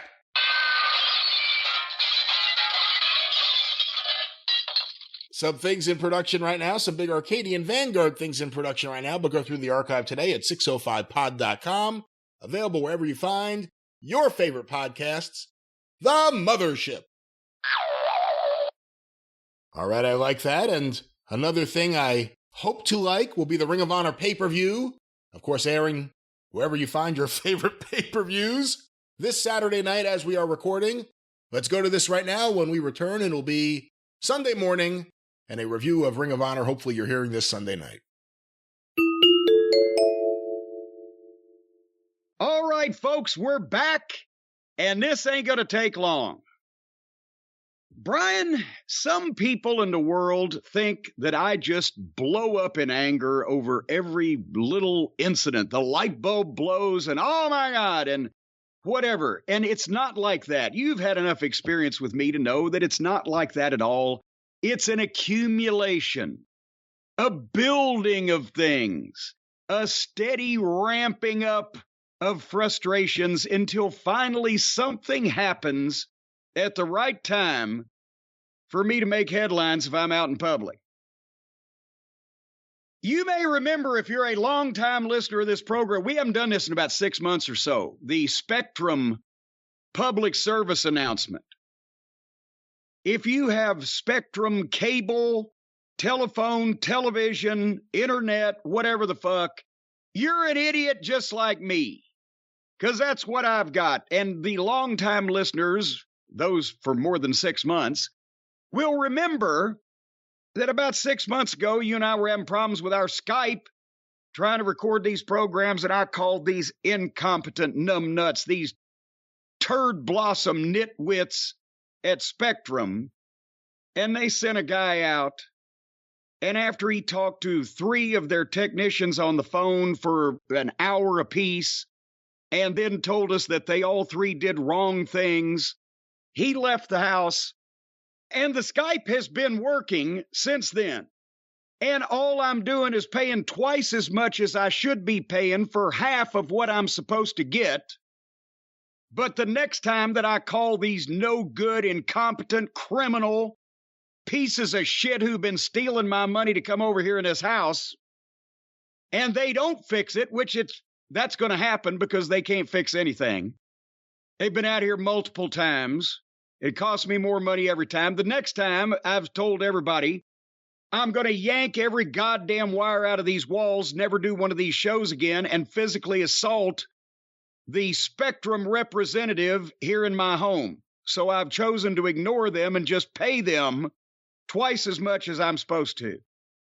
However, I did have one problem with ordering a pay-per-view about 6 months ago when they redid all this shit, and then that cleared up, and since then, I've not had a single problem.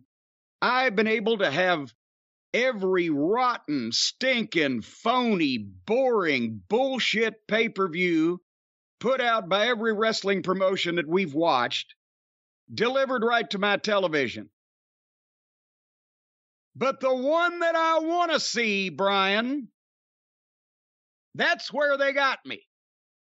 And there was the straw that broke the formerly fat manager's back. For the last 3 weeks, I've had people crawling all over my house from basement to ceiling. I have had plumbers, electricians, heating and air people, contractors, drywallers, painters. They've been banging on the walls to the point where I had to take pictures down on the other side because I thought things were going to cave in. I've been told on a daily basis the rotten, illegal work that was done 20 years ago by that shyster contractor I had that I can't find, that I believe has moved out of the city of Louisville, and I know that his foreman is dead in a suspicious drowning accident that I regret not having anything to do with. And the expense is doubled of this project, and the timeline is doubled. And I've been going back and forth, as I mentioned, multiple times a day for 8 hours a day in 100-degree heat and oppressive fucking humidity, all the while signing action figures, running my merchandise business, watching these rotten wrestling programs 4 days a week, and then recording these fine podcasts. Over the last week, I've had 3 or 4 different entities fuck up in some kind of fashion, simple shit, whether it be sending me defective merchandise that is not worth the goddamn time and trouble to send back, or not following simple instructions. And so on Saturday evening, after the painters left, I said, fuck it, I'm going to do for the first time, because I want to see at least 2, maybe more of these matches. I'm not going to DVR it and zip through it tomorrow and make notes and willy-nilly. I'm going to sit down like a fan. I'm going to watch this live. I've ordered it 3 days ahead of time. Purchase, yes. Record, yes. Everything's all set. I sit down on the couch. I've got my pad. I got my pen. I got my Sprite. I'm ready. I'm even going to get the countdown show. It's 7 p.m. Eastern. I'm going to do this whole experience. And all of a sudden, there's a black screen. What the fuck? There's no red light saying it's recording. What the fuck? I hit the goddamn thing. The guide or whatever, it tells me I'm on the thing, and then it pops up, we can't fulfill your order. Call 1-800-BLOW-ME. And I've tried to call 1-800-BLOW-ME before with these people, and that's all that they did was blow me. They didn't fix any fucking thing. So I sit there, and finally I say, I have my Popeye moment. I've had all I can stands, and I can't stands no more. After all of this, the only wrestling show that I have wanted to watch on purpose in months, these motherfuckers at Spectrum that have been taking my money, well over $1,000 now after 6 months, that I wouldn't have paid because I'm not getting the service that they're selling me. And now this. So I make the calm, reasonable, and rational decision to go out in the garage and bash some shit with a baseball bat. So I get the bat and I go out there and I start laying waste to 3 or 4 cartons of Jim Cornette commentator play sets. Not the individual play set itself, that'd be too small a target. The cartons of multiple plays. So, by the way, if you want to order those at jimcornette.com, I got about 60 fewer than I did before. So be aware. So I hammer the fuck out of those things for about 50 whacks, and I'm almost finished venting my frustrations, but the bat breaks in half, so I got to quit. So then I come upstairs and I get my phone and I call you, and in a calm, rational tone, I inquire of you, Brian, where the fuck we can see this thing besides on actual goddamn real pay-per-view television. I believe you remember it that way, don't you? You absolutely called me about how we could possibly see this on TV, yes. In a calm and reasonable fashion. You were somewhat reasonable. You were out of breath. You were on the move. Yeah, I'd been swinging. I haven't swung that many fucking bats in a while. So then you inform me that, well, it's on whatever this fucking Bleacher Report is. I assumed that was a sequel novel to the famous New York Times bestseller Under the Bleachers by Seymour Butts. And you say Bleacher Report. I said, well, what? So basically, the Bleacher Report deal is you watch it live on your computer, or you got to wait 24 hours for the replay. So if I don't watch it right goddamn then, I've got to wait 24 hours for the replay. Now, the issue is I didn't mind trying to stay up in my reclining couch in the TV room with a 72-inch screen and comfort. But I'll be goddamned if I'm going to watch a 4-hour fucking wrestling show on this computer screen that I can't get 5 feet away from without not being able to see it or hear it anymore, all the way till midnight when I've been up since 6:30 on Saturday morning. And I get pissed about that.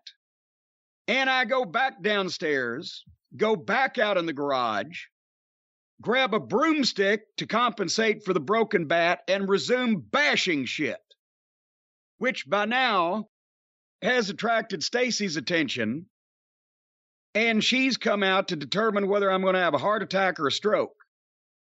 And when I finish bashing that shit, I walk off over to the other end of the house out in the yard so I can sit on my bench under my maple tree and catch my breath and determine which of the offices of Spectrum I'm going to be knocking on the door of with a fucking firebomb or something. Well, then she comes out and walks down there and brings me a cold drink and asks me to calm down before I bust some kind of aneurysm. And I said, all right, I'm coming. So as I come back in the house, I figure I'll sit down and I'll just watch television. I sit down to watch TV, and Brian, I can't get the big box off my screen that says we can't fulfill your order over the black screen of the pay-per-view. I can't change the channel.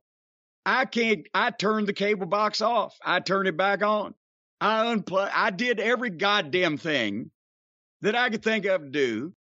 And then I went back out in the yard and started looking for a stick.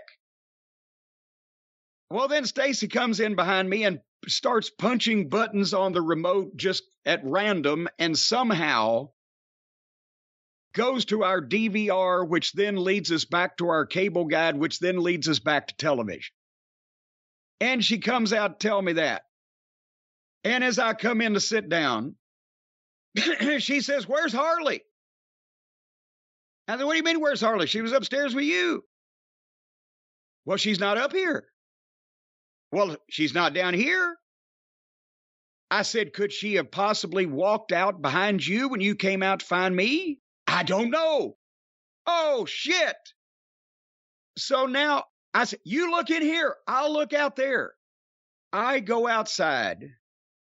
And Brian, I have not run this fast in 25 years. And I don't intend to ever do it again. I did 2 full loops in flip-flops at a dead run around this entire house. I've estimated that's about 2 football fields, because I wasn't turning tight corners either, looking for this dog, screaming for Harley. And she is nowhere. And there's no way she's wandered that far off. I can't think what the fuck. I turn around right as Stacy's coming out to meet me. I found her. In the middle of all this chaos after I'd called you, I left the door to the stairs to the office floor open. And when Stace came downstairs and I wasn't up there, Harley didn't know where we were and came up the stairs to find us, which she has not gone up those stairs in months, especially since she's been having trouble with her right leg. And there was no lights on and we had no idea. So Stace looked and saw the door open and ran up there and found her.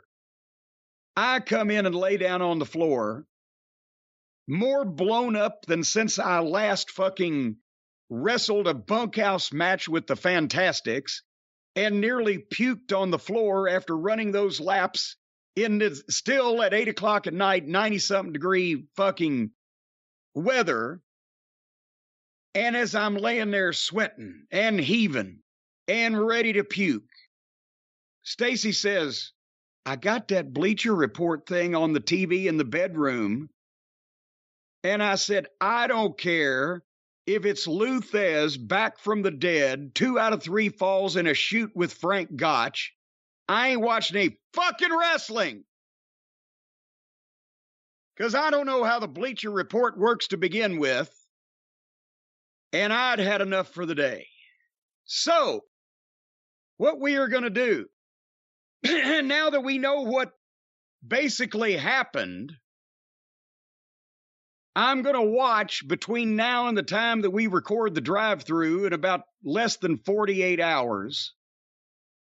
I'm going to watch the Briscoes and FTR, Jay Lethal and Samoa Joe, and Claudio Castagnoli and Jonathan Gresham. I always thought he was an author. I didn't realize he was multifaceted. And the rest of it can go piss up a rope. And that'll learn me to ever actually want to see a wrestling program again. Brian, your thoughts on my review of Death Before Dishonor? Well, I guess to summarize it, to put it in the books, you really put the blame on Spectrum. Any final words you have about Spectrum? Yes. I would like to grab every single one of you motherfuckers from the CEO down to the lowliest installer around the throat and squeeze you until your britches fill up and your voices all sound like Peter Frampton's electronic kazoo solo in Do You Feel Like We Do? Fuck Spectrum. Fuck your company. Fuck all of your families. Fuck your friends and fuck anybody who likes you. Don't get Spectrum. All right, that was the first mention of Peter Frampton since a keep spot a while back. But of course, as Jim said, we will be discussing the parts of the Ring of Honor pay-per-view event, Death Before Dishonor, that he watches on the drive-thru this week. We'll also probably have some media scrum audio because people really like that. While I'm goddamn in the shower trying to fucking regain my composure and blood pressure after I almost heaved up my fucking dinner, I'm trending on Twitter around the world and didn't even know about it because they're talking about me again at their media scrum for their show. So we'll find out what that was all about as well. Well, it was nothing bad, so you don't have to be ready for a fight. I'm saying, no, I know it wasn't bad. Oh, it was bad for the people who, for the kind of people who don't like that kind of thing. That's the kind of thing those people don't like. They couldn't stand to hear Tony Khan and or one of the greatest wrestlers currently in the world be complimentary about moi. We will have more on that, and I'm sure. Should I join the maximum male models? You got Massey and Mansoir. You know what? Moi. I'll tell you what. Let's end on a happy note. I don't know why I would call this a happy note, but I'm going to make a note here in my notes that we're talking about this. Apparently, Max Dupree is no longer involved with the maximum male He's out. Models, and the Maxine Dupree character has replaced him. From what the reports are publicly, and I haven't even talked to anyone about this, they found him difficult to work with or they didn't like him, so now they just scrapped him. Well, the quote that I saw was rubbed some people the wrong way. And that, here's the thing. When they first said his sister's coming, I thought they're going to do the old goddamn deal where the guy dresses up as his own sister. What is that? Is it like the Beverly Hillbillies, Jethro and Jethrine Bodine? And apparently, and I'm not Nostradamus or anything. Some might say Nostradamus.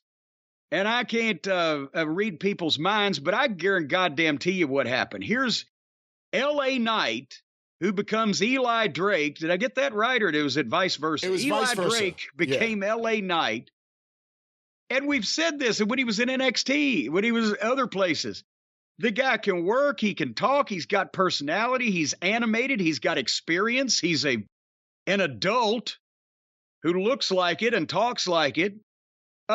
He is a pro wrestler that can get something out of almost anybody. When they put him in with green guys in NXT, he made them passable if that was better than they normally were. And with good guys, he's very good. He can do all that stuff. So what do? They bring him from NXT where he's been fighting for the championship And he shows up on the main roster, and he's wearing glasses and a bow tie or whatever the fuck he was, and he's a male model agent named Max Dupree, which he had a completely different name 2 weeks ago on same goddamn network or whatever. And then they spend time him building up that he's going to bring in these talents. And by the time they show up, not only have they completely stripped LA Knight, Eli Drake, Max Dupree, or the real person underneath of any kind of his personality or his promo or his mannerisms. They've got him dressed up like fucking Pismo Poindexter and telling people that these guys are runway models, Massey and Mansois and Sui, because the Hogs had this one. It was embarrassing. You could tell how uncomfortable he was. He would never speak like that in a million years. This was a completely different person. And I guarantee you that all along the way to that, he was, and rightfully so, asking people, what the fuck is this? What in the world is this?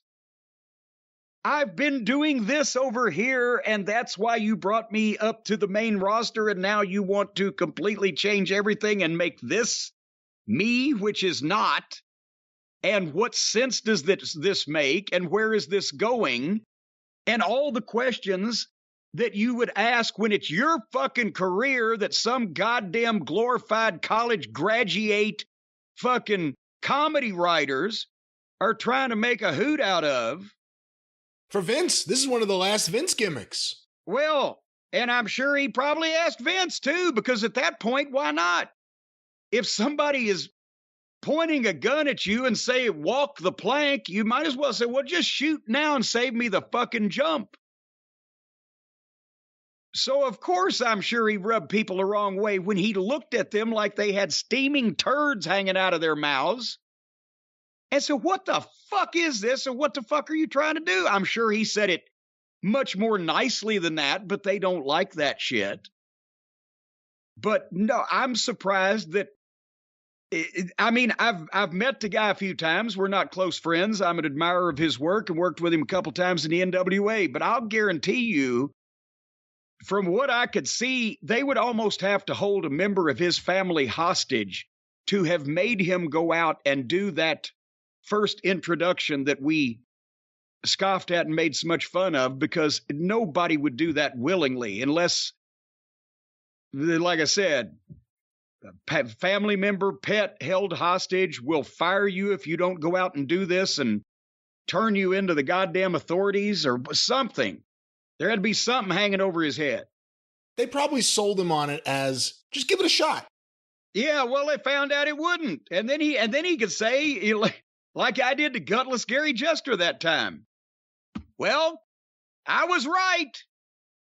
But so now, and it makes more sense for I haven't even seen his sister in quotation marks, but she comes out and here's these sexy guys and nobody will give a shit.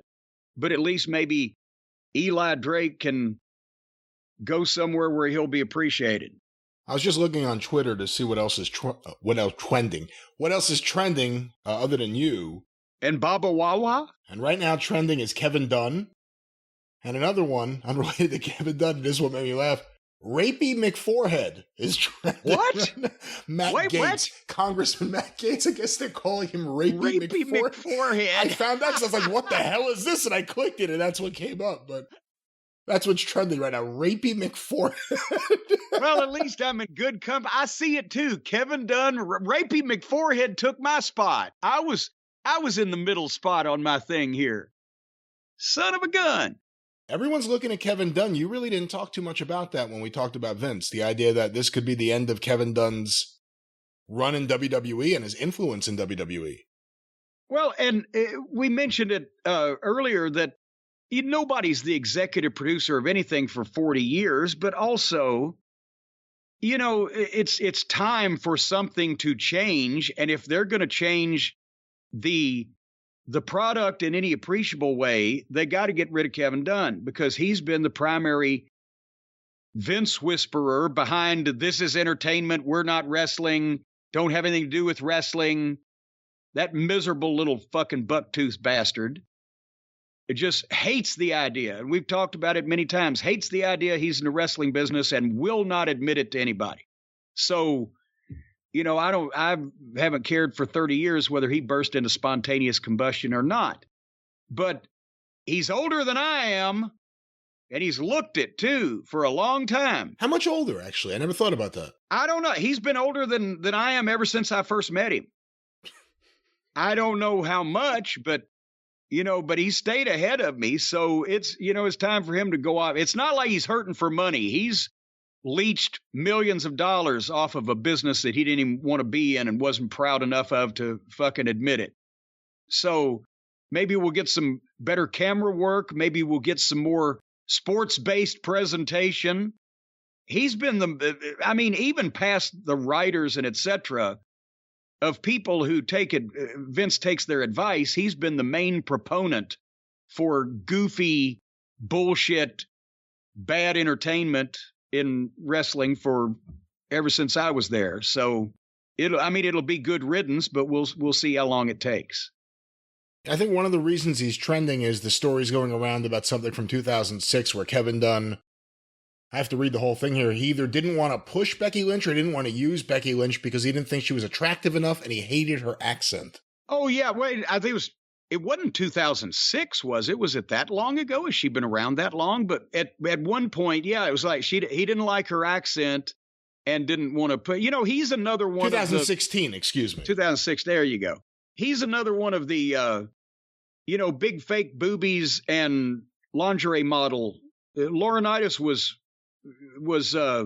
signing women that Kevin Dunn wholeheartedly agreed with. He didn't care because he doesn't care about wrestling and he didn't care about making the business look goofy. He just likes, as a matter of fact, that's what he said one time to somebody who was telling me they were on the plane. I can't remember how this came up, but they're on the private plane with Vince and somebody's telling a story about one and Kevin Dunn sitting there, of course, like Renfield, next to Dracula, right next to Vince, going, yeah, she needs some boobies.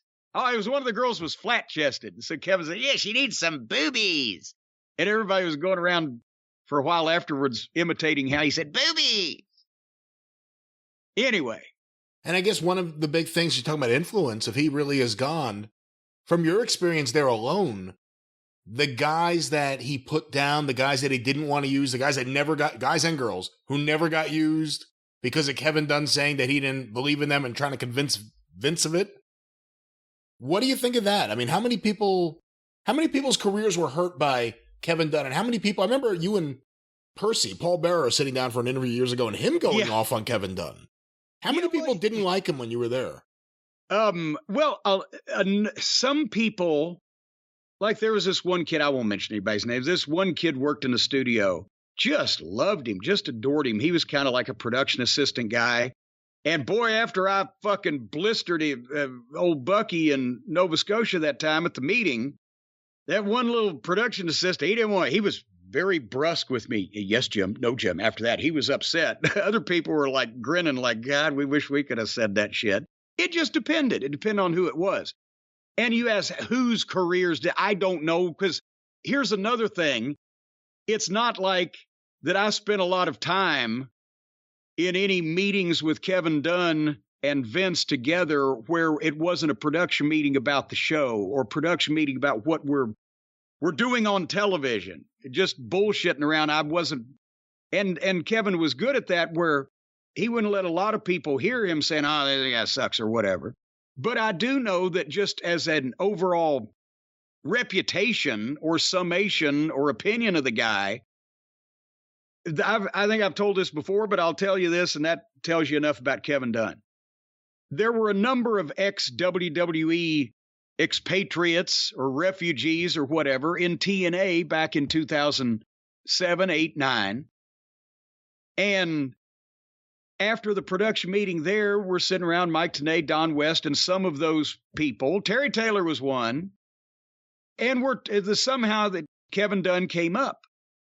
And as we were talking about him, not mentioning his name, but just the phrase came out, That little prick's the most just miserable son of a bitch I've ever been around. Somebody else walked in the door without hearing the setup to the conversation and said, "Are you talking about Kevin Dunn?" Like, God damn it. That was perfect.